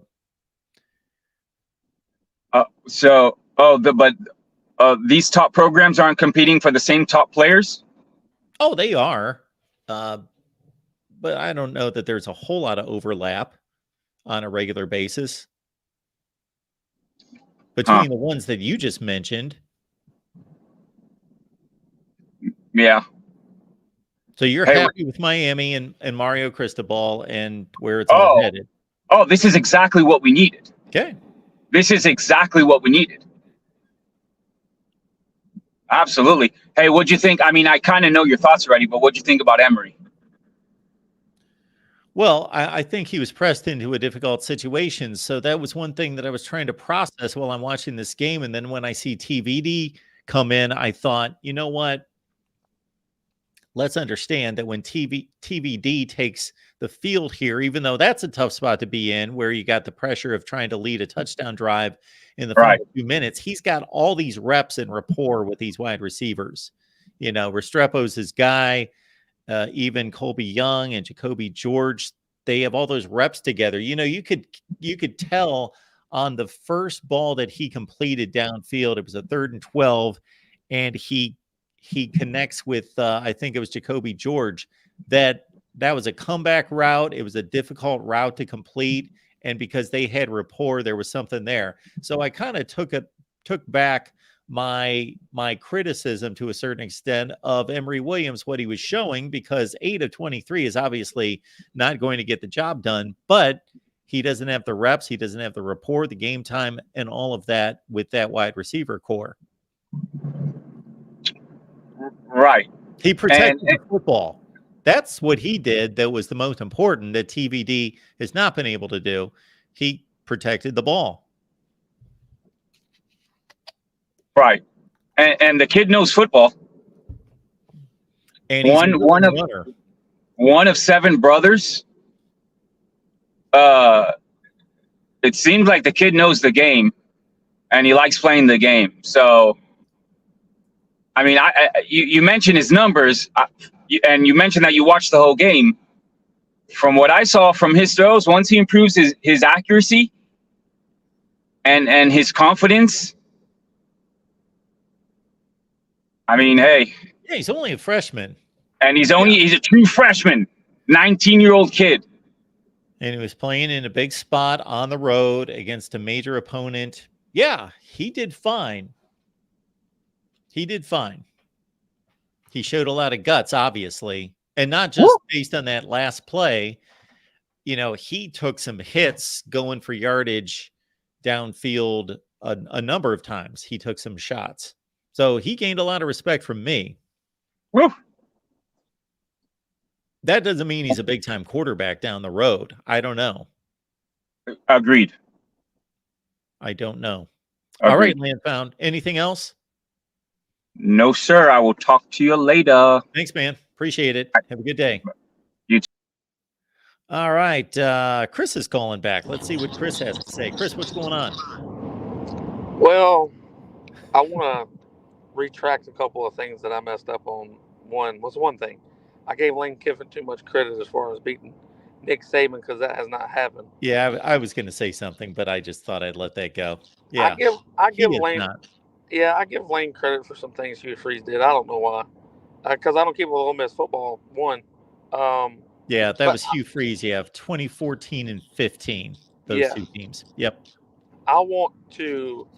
Here's the reason why I push for Lane Kiffin so hard, and that's because the guys that have played against him, for him, and it's what the players like. Man, I'm a players person, so whatever the players want or whatever the players like is what I'm going to push. That's first and foremost. And if you look, like, I wanted to add a coach to the list, and I forgot to say it when I called in the first time. I got hung up on some other stuff, but I got from a pretty good source, just moments after I hung up, because they were the ones that informed me that Lane wasn't who beat Nick, but everything else I was good on. But that same source told me that Hartline's a big player in the possibility of going to Texas A&M. Oh, wow. And that's wild to me, because he hasn't, to my knowledge, he has not been a head coach, right? No, He's only a wide receivers coach, position coach, correct? he just became the offensive coordinator, but he's really not. He's not the play caller. They Right. just elevated him to, to reward him basically, and they've given him more responsibility, but he doesn't even call the plays. No. Okay. Well, maybe they know something that I don't, and that be obvious. I don't know much about Ohio State football either. Besides that, Well, Ryan Day, if he doesn't beat, here's the thing: Harbaugh may or may not be the head football coach of Michigan in the next couple of years, because of whatever's going on, right? Or maybe for other reasons. But wouldn't it be wild if Michigan indeed does beat Ohio State this year? Ryan Day loses to him for, what would that be, 3 in a row? Yeah. Then Ohio State gets rid of Ryan Day because of that. I'm not saying they will. Just let's go with scenarios. Okay. They get rid of Ryan Day. Then Harbaugh gets fired because of all of his scrutinies.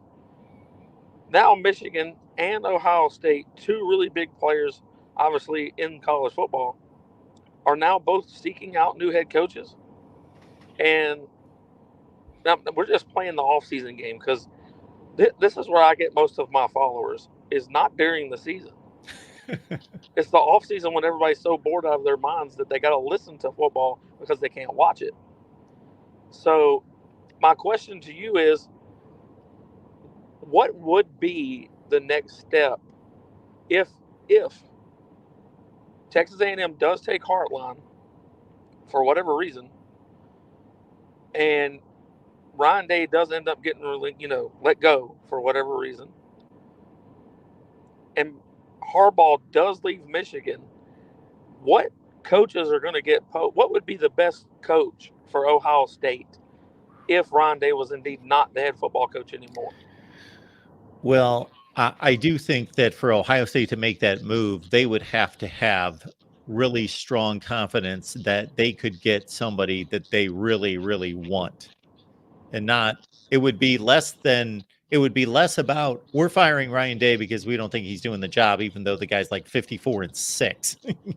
So we're not just firing him thinking, okay, then we'll figure out what we're going to do. They're going to have very strong indication that they're going to be able to replace him with who they want. So that's the first thing.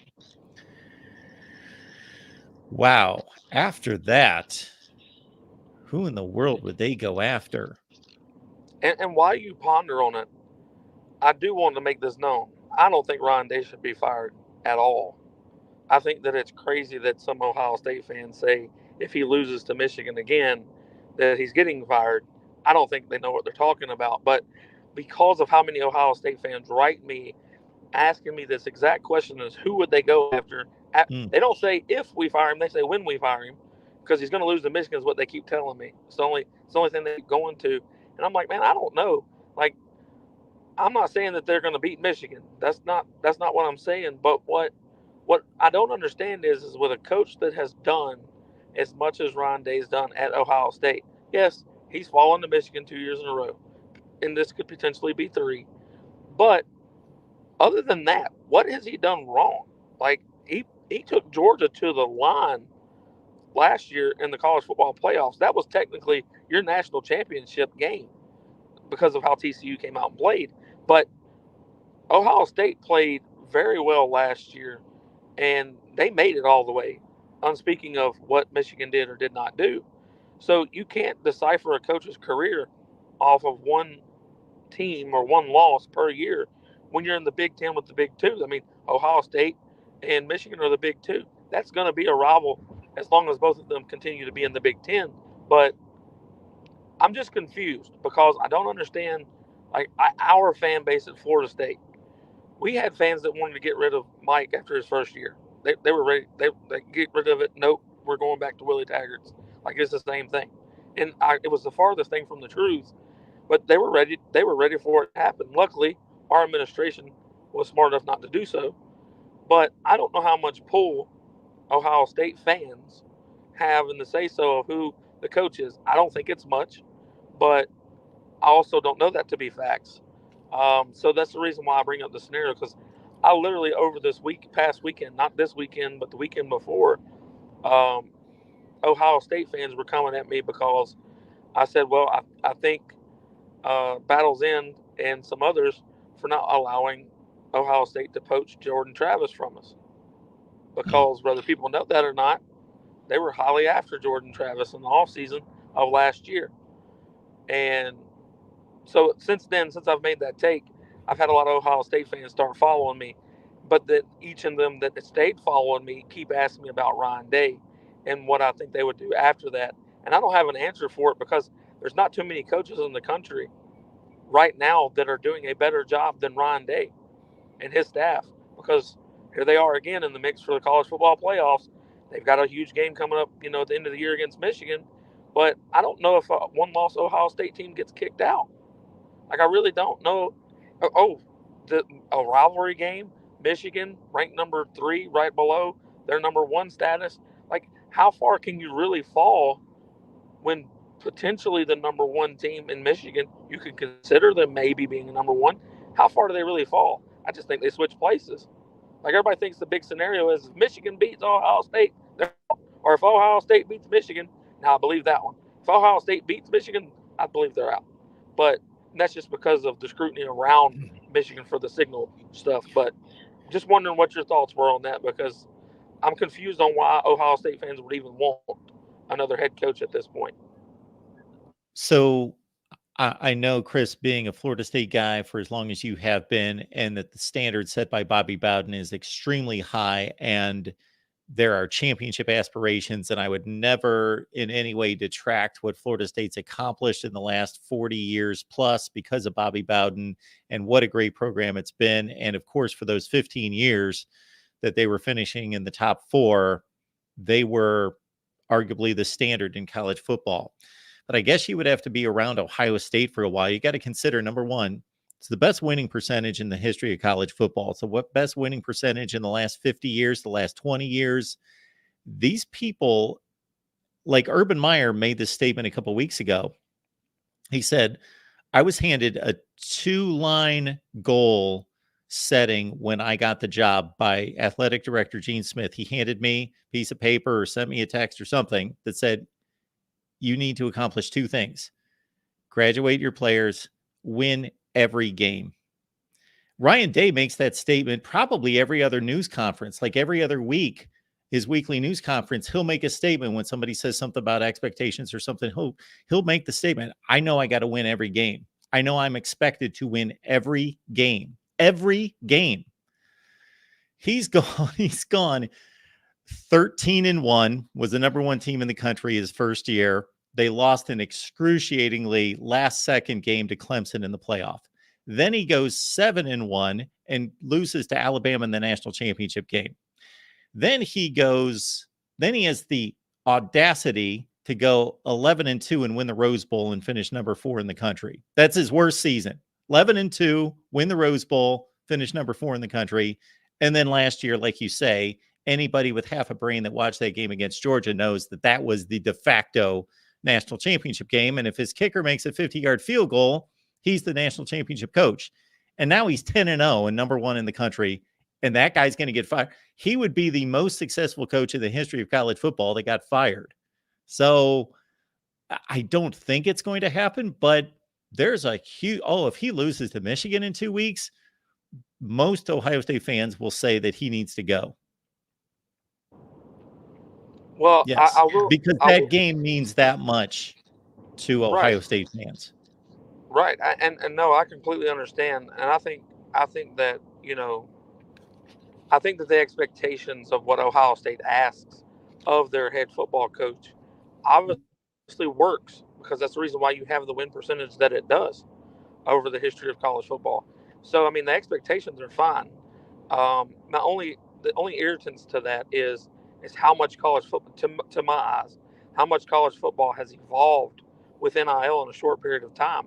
It's not as easy to get those top tier players at every position. Not that Ohio State doesn't. Just, I would say the quarterback play this year is ish. He's not done great. He's not done bad. It's kind of somewhere in the middle.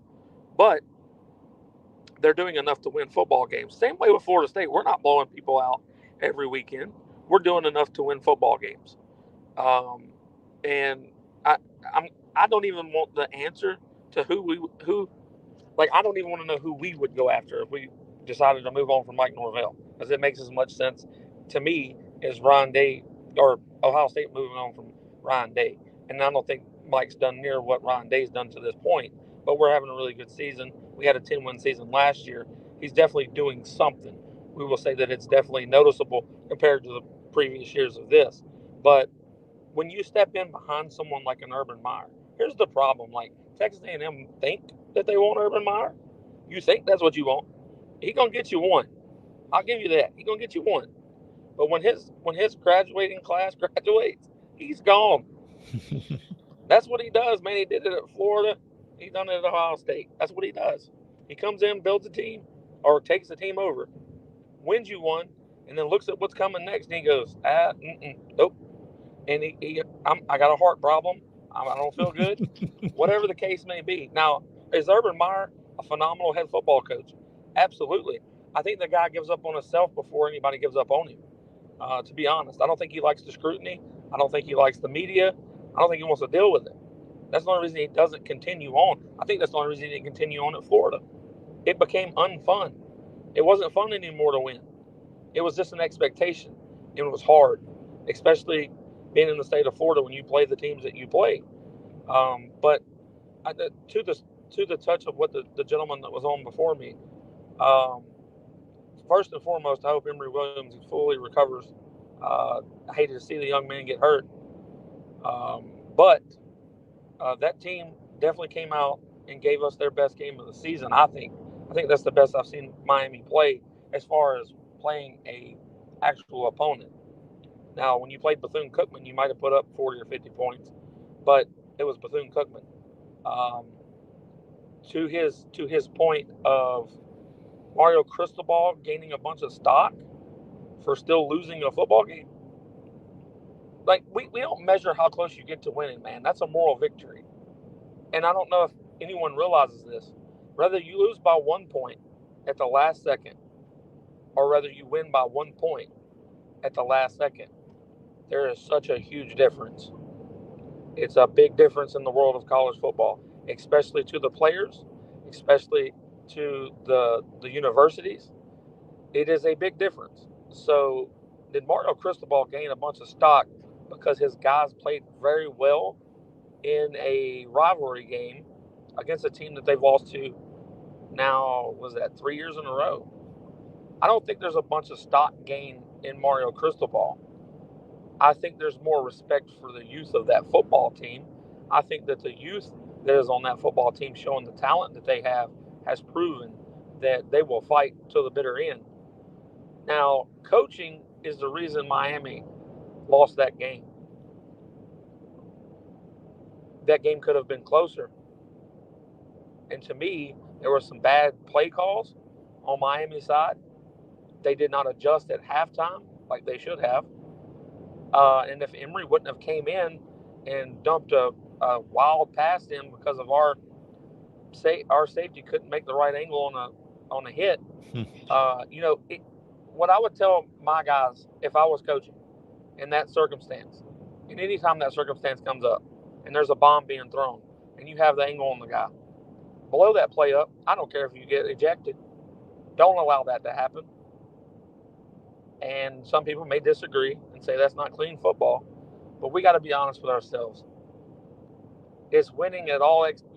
We got to win, and that's how everybody lives.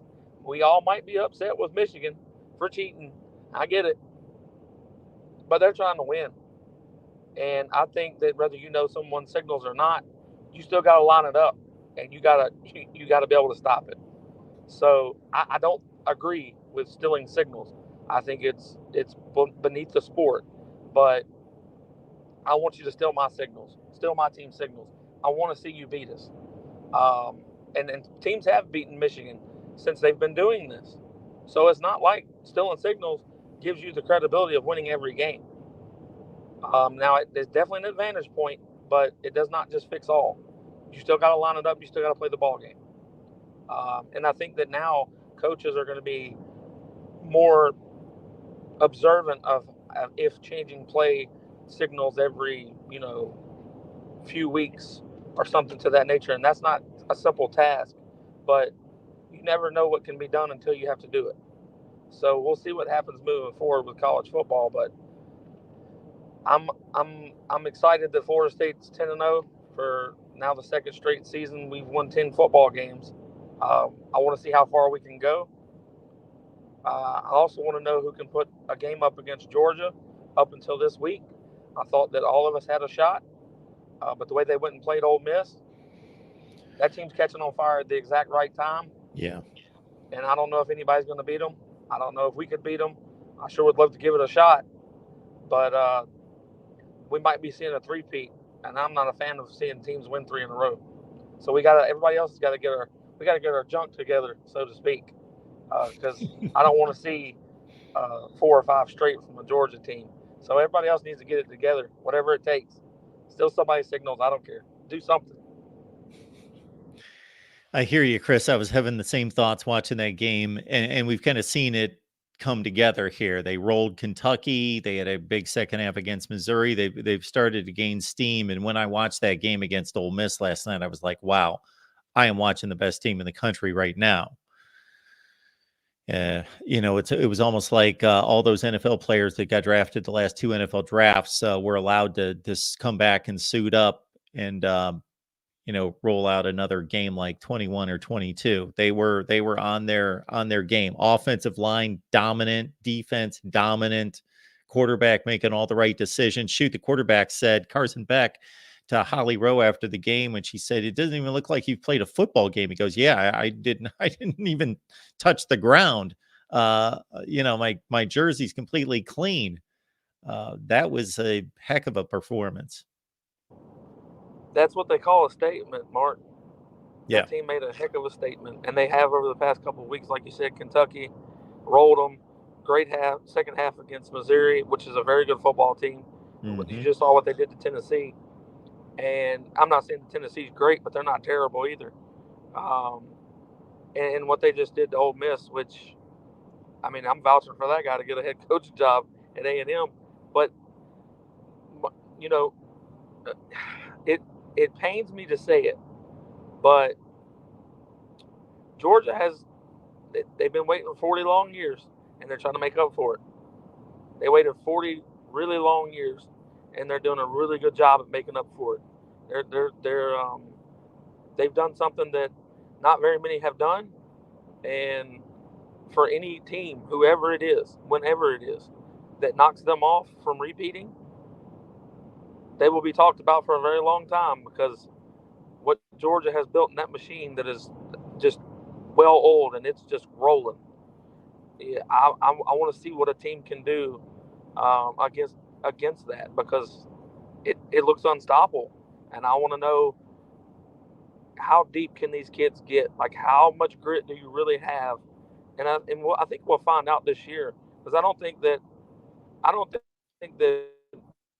Georgia can roll Ohio State or roll Michigan or even roll Florida State. I know that sounds wild to some, but I don't think they can roll us. But we're going to find out. I think we'll see the best game this year. I don't think they get it wrong, because TCU wasn't the right team to be in there, in my opinion. But I don't think they get it wrong this year. So I'm excited to see it. I know you got other people calling in. I just wanted to throw that I did have a source tell me that Heartline was actually being considered. So putting that out there, and I appreciate you again. Y'all have a good one. Well, Chris, before we let you go, let's consider Kirby Smart, coordinator, never been a head coach when he got the Georgia job. Dabo Swinney, a wide receivers coach, never been a head coach. Ryan Day, never been a head coach. Lincoln Riley, never been a head coach before Oklahoma, was the offensive coordinator. So it's not unprecedented that a blue blood will say, yeah, we'll elevate a coordinator that's never been a head coach.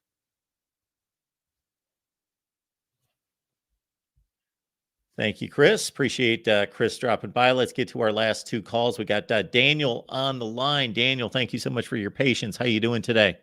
Hello, Mr. Rogers. You doing good? Doing well. Doing well. All You've right. got some investment in this situation. Yeah, so I wanted to ask you, like, in the past couple of years, what has, like, when you hear A&M football, what does that mean to you?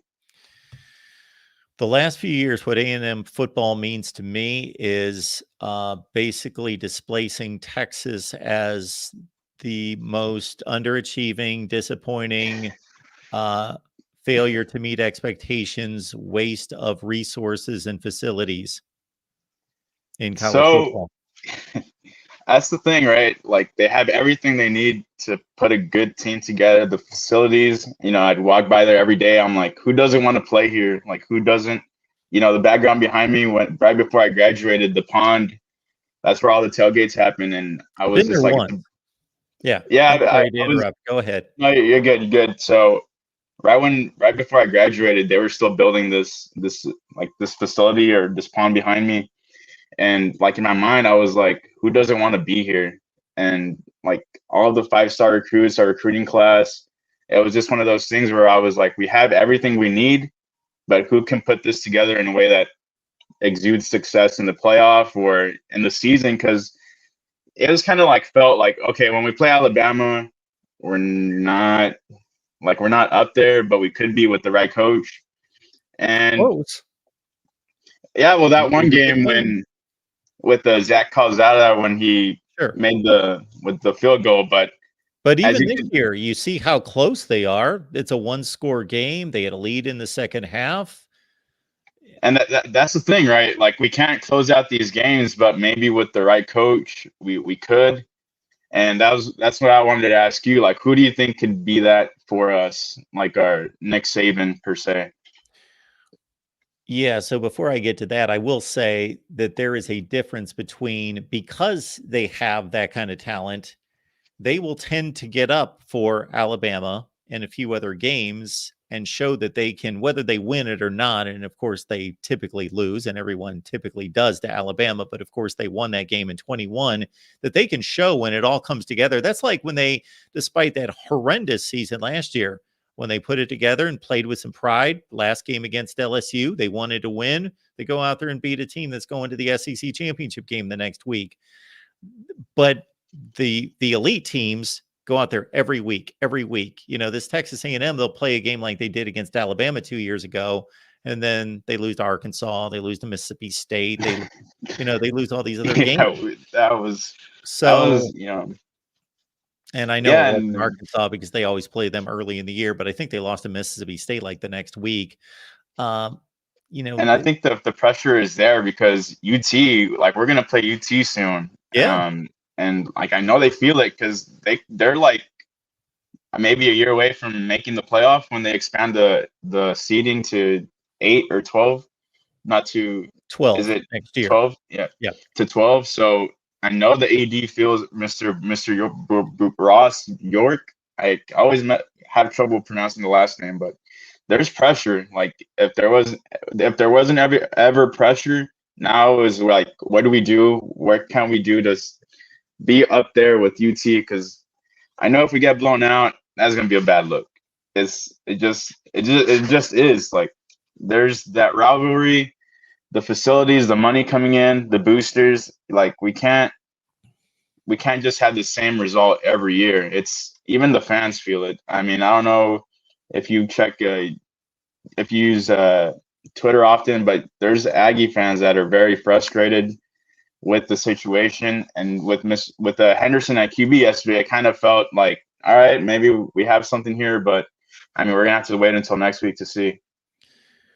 We'll see. What you just hit on with the rivalry with Texas is a big deal because Texas A&M has squandered now 11 to 12 years of being in the SEC without Texas. So that's why, obviously, Texas A&M has been so adamant about voting against Texas and keeping them out of the SEC. Because look what happened. Even though they didn't take advantage, although the Johnny Manziel years were fun to watch, and they won more than they have since. Basically, you took what was this sleeping giant to a certain extent that never really won much of anything last conference championship in 98. And you move that to the SEC. And once that SEC logo goes on the shirt sleeve and you can recruit, you're right in the best recruiting state, arguably with Florida in the nation. And then you're playing in the SEC now. And the very top players, almost all of them, want to play meaningful games and be shown to be playing the LSUs and the Alabamas every week. Like if you're at Texas, if you're not playing Oklahoma, nobody's really tuning into the TCU game and the Oklahoma State game and the Kansas State game. Those are nice games, but so they gained a huge recruiting advantage once that happened. Plus, they put all their resources into it, and they've recruited well. They just haven't developed and won the games and put together the right scheme on offense and defense. So now Texas is moving into the SEC, and now they're back to being on equal footing.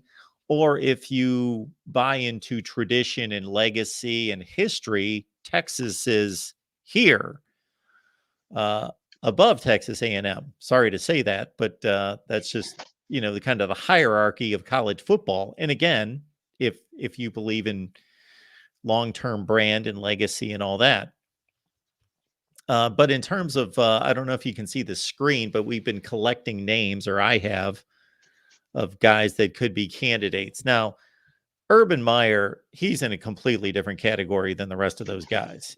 He's just, you would risk baggage and risk all sorts of different things, but best winning percentage of all time, 3 national championships, you're just talking about completely proven winner. I don't know if they're thinking that direction. I don't know if he's thinking about coming back to coaching. Now, the rest of these guys, Lane Kiffin, I don't know if you heard the conversation about Lane Kiffin. We had our guy, Spear Addicts, Chris, called in, and he suggested Lane Kiffin, and he gave a lot of great reasons why Lane Kiffin would be a tremendous hire. He's having an issue right now with the treatment of a player at Ole Miss and how that's being received at Ole Miss. So they may be ready to part ways with him. And I think the reason he would be and Jeff Brom would be really good hires is because they're offensive minds and they're known for being elite offensive minds and play callers and developers. And I was making this point a few minutes ago. I don't know if you heard it, that a place like Texas A&M is always going to be able to get elite defensive talent. For sure. Unless you have just some complete horrible hire as a defensive coordinator, which you're not. So that's not going to be an issue. I think offensive players are more mindful of, meaning quarterbacks especially, but also running backs, wide receivers. What kind of offense do they run? Is it a fit for me? Is it going to showcase me for the NFL? Are they good at developing? I need to be developed. Is this guy, can he develop quarterbacks for the next, so you need that. And when I look at Jimbo Fisher, and I just checked this, he has not produced an NFL wide receiver at Texas A&M. That's unheard of. That's unbelievable. I mean, we could go to every other school in the SEC. They've produced, probably except for Vandy, produced wide receivers in the NFL in the last 7 years. I think it comes down to never being able to hit on that QB position, because it kind of seems like with Kellen Mond, it was always like kind of dicey. He was there, but he was just there. That was the thing. He was just there. He was a good player. He was decent, and he might still even be carrying a clipboard in the NFL somewhere.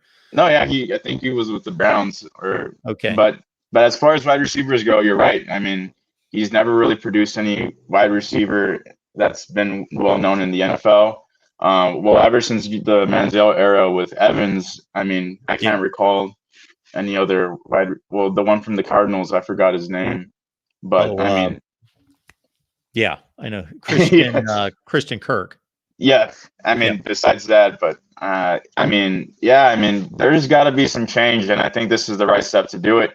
And I do think Lane Kiffin is something that stands out for me as far as a new head coach goes. Or, I mean, Urban Meyer, it's tough to use the locker room, right? Especially in the NFL. Yeah. These are grown men we're talking about. They have salaries, and it's just, I think he's better suited for college football. I don't know if that's how you feel about it, but that's really the mark against him, in terms of what he's accomplished. It's top 5 in the history of college football. You know, he's got the best winning percentage. He's got 3 national championships. Went to Florida, boom. He went to Utah. Shoot, you can take it all the way back to Bowling Green. Everywhere he's gone, Yeah. boom. He's turned it around immediately. But it's been 5 years since he's been on the sideline. And the thought that I'm having there is I'm not concerned with that he still doesn't, like, he's forgotten to run a program. It's that, do these players, what do they know him for now? Yeah, that's the tough thing. They're only 17 years old. They were 12 years old the last time he coached. They only know the name, and then shoot, social media. Yeah, he was a disaster in Jacksonville. So that's you don't one think thing against him. You don't think that they would try to get anybody from the NFL? Just yeah, my knowledge of, I used to be a big NFL guy. My knowledge of who would be a hot commodity in the NFL, I couldn't really come up Mike with Tomlin? any names. Oh, somebody like Mike Tomlin. Well, wow. The thing about NFL coaches is, once you've lived that life in the NFL, and not that there's not a ton of pressure and all of that, but they don't have to deal with recruiting, NIL, the NCAA, keeping track of players. grades. NFL players will run amok once in a while and get caught for drugs or a handgun or whatever. It happens, but you're dealing with men that generally have pulled it together by then, and you don't have too many issues. Keeping track of 105 guys that are 17, 18, 19, 20, 21 years old. Yes, grades, making sure they're still eligible. That's just a tough transition to make.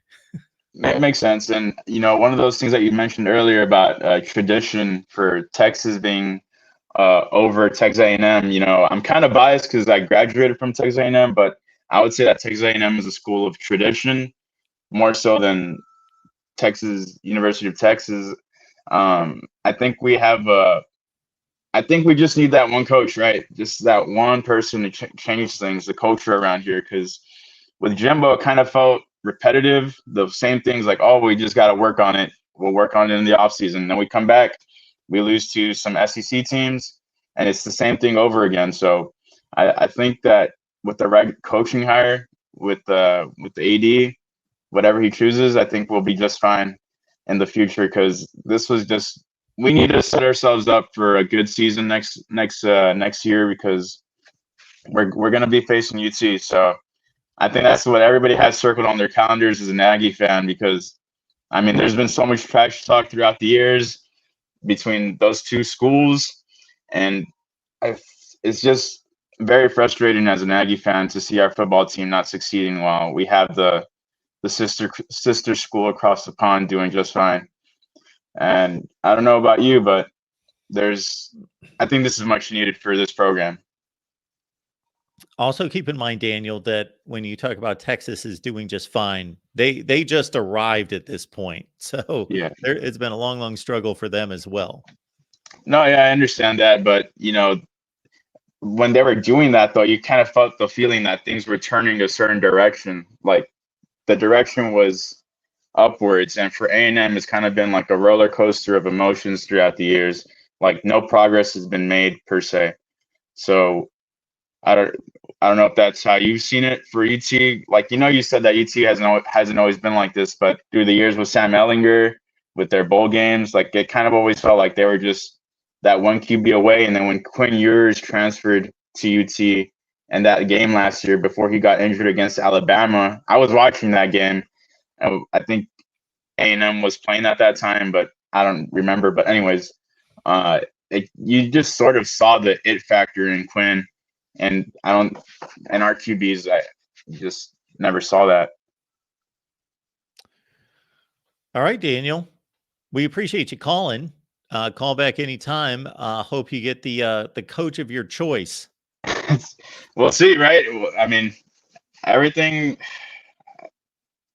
We'll leave it at that. We'll see what Mr. York chooses, and we'll be happy with just that. All right, Daniel. Thank you. Yeah, Sounds good. Day. Thanks for calling. All right, folks, we're going to take our next call. That would be Jackson's on the line. Before we do that, we will take Jackson's call here right after this in 45 seconds. Go to games all the time, or you've got your heart set on that one huge matchup. Go to ticketsmarter.com to save big. TicketSmarter technology gives you the best competitive prices on the secondary market. Your purchase price is safe and guaranteed. Use promo code BIG, B-I-G, to get $10 off of any purchase of at least $100, or the promo code BIG20, BIG20, to get $20 off of any purchase of at least $300. Use the promo code as many times as you'd like. There is no limit. Get in the game with ticketsmarter.com or the TicketSmarter mobile app. Think smarter, Ticket Smarter.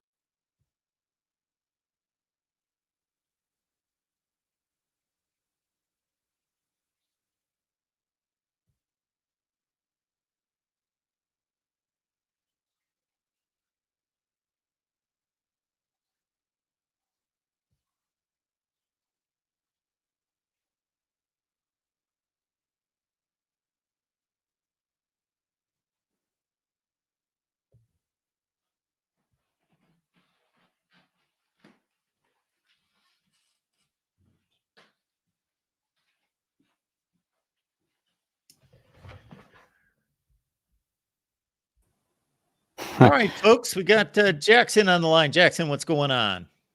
Not much. This was out of the blue for me, honestly. I was just kind of like, they did it. They really did it. Yeah, I expected it. I gotta say, Yeah. I didn't know if they were going to wait till the end of the year, but this is kind of a good time to do it because then you know that you're already working on the next coach for 2 weeks before the end of the season. That is true. I mean, I looked at some of the coaching candidates that you got on the list. I'm thinking right now, I mean, I could see Urban just kind of coming out of retirement for College Station. I mean, not saying it will, but I'm saying it could happen. You never know. Jonathan Smith is a pretty good candidate.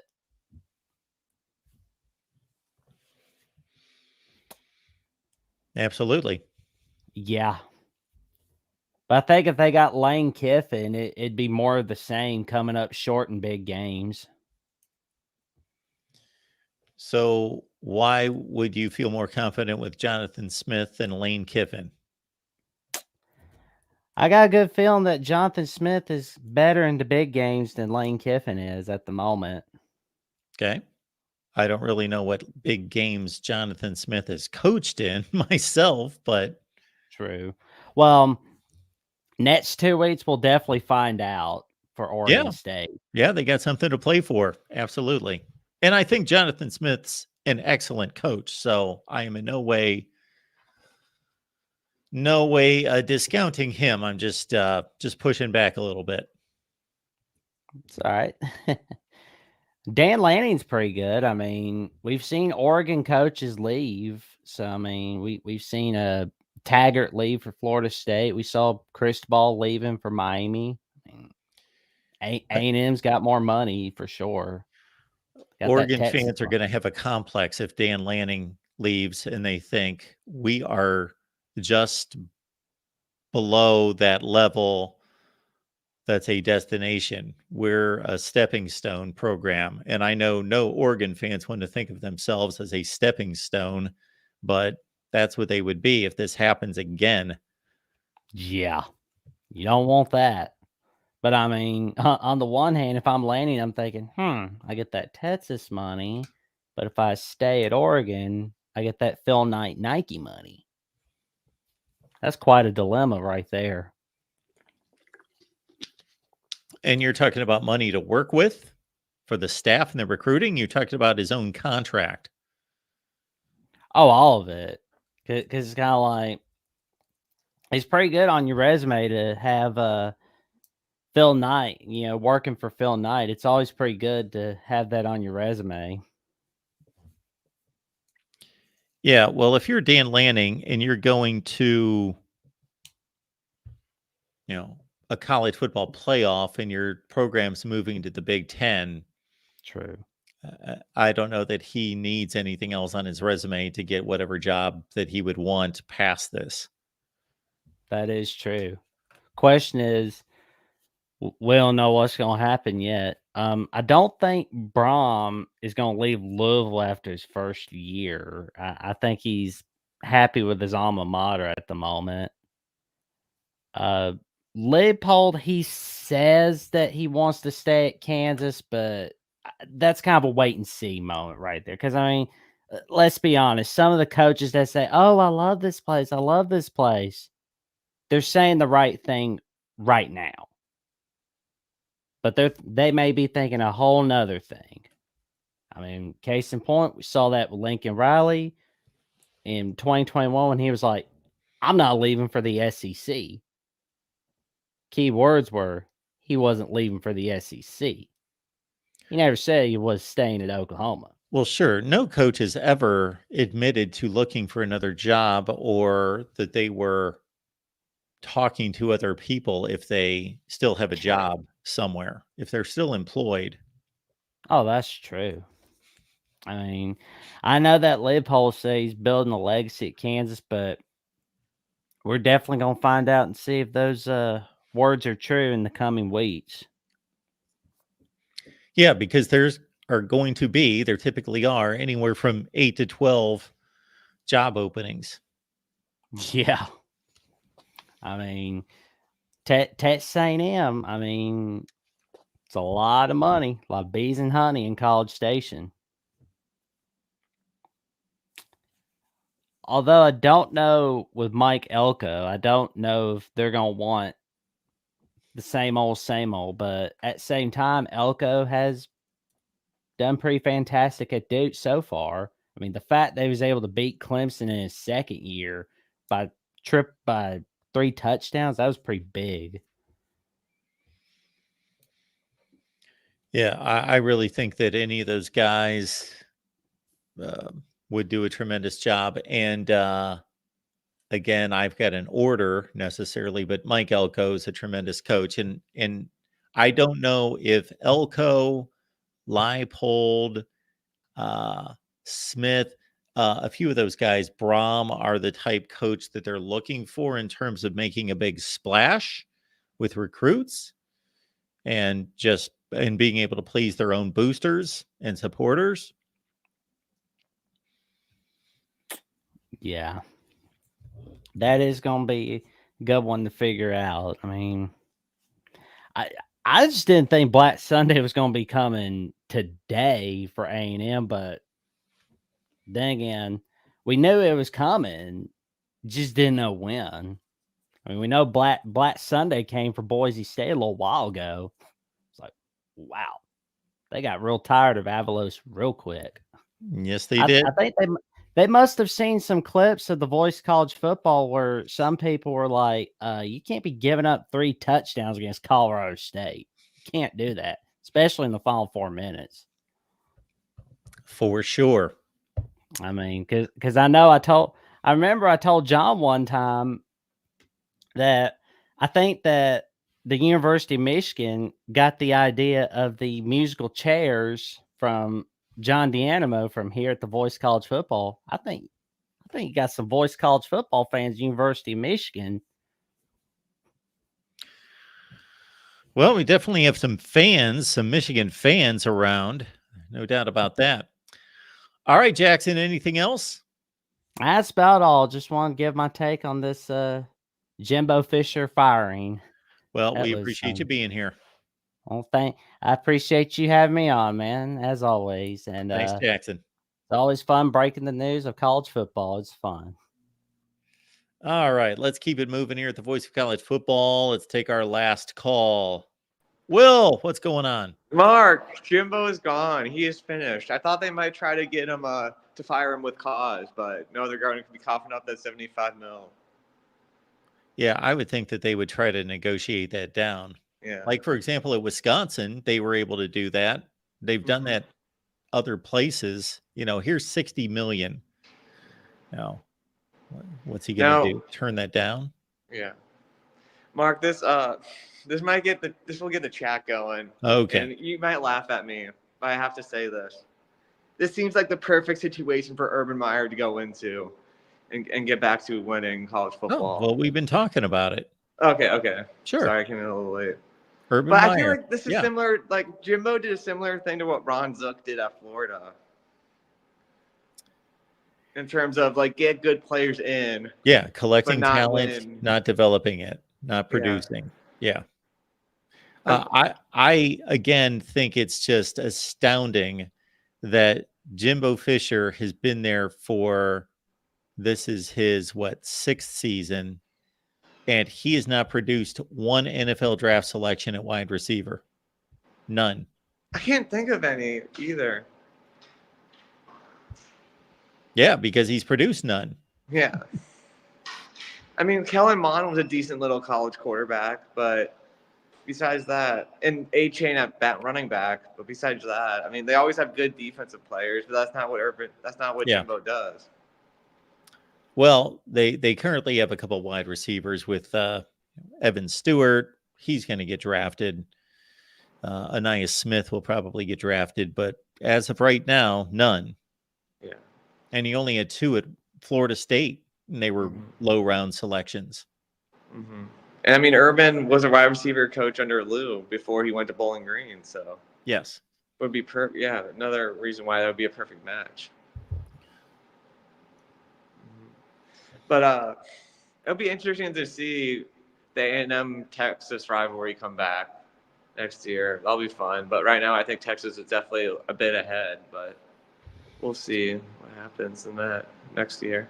Well, they're most definitely ahead now that Sark has it going there, and Texas A&M's somewhat starting over. Although somebody can step into that place and should be able to win immediately. Mm-hmm. Do we know if Petrino is going to be interim or is it someone else? Is it DJ Durkin? Elijah Robinson is their interim. Be interesting to see how he does. You know, I was hoping that Jimbo would stay a few more years because the Irish are going to face them next year in a home and home. So that'll be an interesting game next year too. I mean, I feel like both teams are at similar levels. No, you're going to have to deal with somebody capable. Yeah. But it'll be a good game. Hopefully, it'll be interesting to see who starts with the Irish. But yeah, I just wanted to chime in with Jimbo. I mean about the Jimbo news. I feel like Urban would be the best option, but I would go probably Elko second choice, but with like a good offensive coordinator. Have you seen our list here? Oh, can I see it? Oh, here we go. Lane, I feel like it'd be a sideways step for Lane. I mean, I know he has more money. He'll definitely have more money to work with at A&M though than Ole Miss. Lance Leopold. Yeah, I mean, I don't think any of those would be bad choices. But I don't think Brom or Lanning would leave. Leopold maybe, but it seems like a weird fit. Jonathan Smith would be interesting. I think Jonathan Smith definitely, because didn't he say that he would leave Oregon State if they didn't go into a Power 5? So he made comments in that direction. And I think if Oregon State, since that is his alma mater and he loves it there, and he's made comments about this where he wants to raise his family, and so he has no thoughts about leaving. Now, obviously, it's going to be a different job in the future. Unless something crazy happens, they're going to be relegated to lower level status. So that could pull him out of Pullman. Or not Pullman, Corvallis. But do you think Urban could win A&M? Do you think I feel like he could, right? Like a national championship? He's never not been able to do it elsewhere.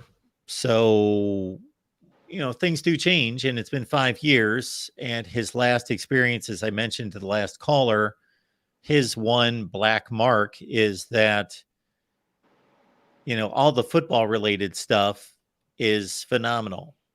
the winning percentage, the national championships, all of that, the big game, the bowl, postseason record, all of that is exceptional. But he's going to be recruiting 17-year-olds. He hasn't coached for 5 years. Not that he's going to have like huge difficulties, but he's going to be in a very competitive environment coaching against the rest of the SEC and directly against Texas. And what do these kids know him for? I mean, now I think most of them would most of them be old enough to remember the 2014 chip? It would have been about 7 years old. All right, some borderline, maybe not. Yeah. And not that people don't read and can't be told things. I get that.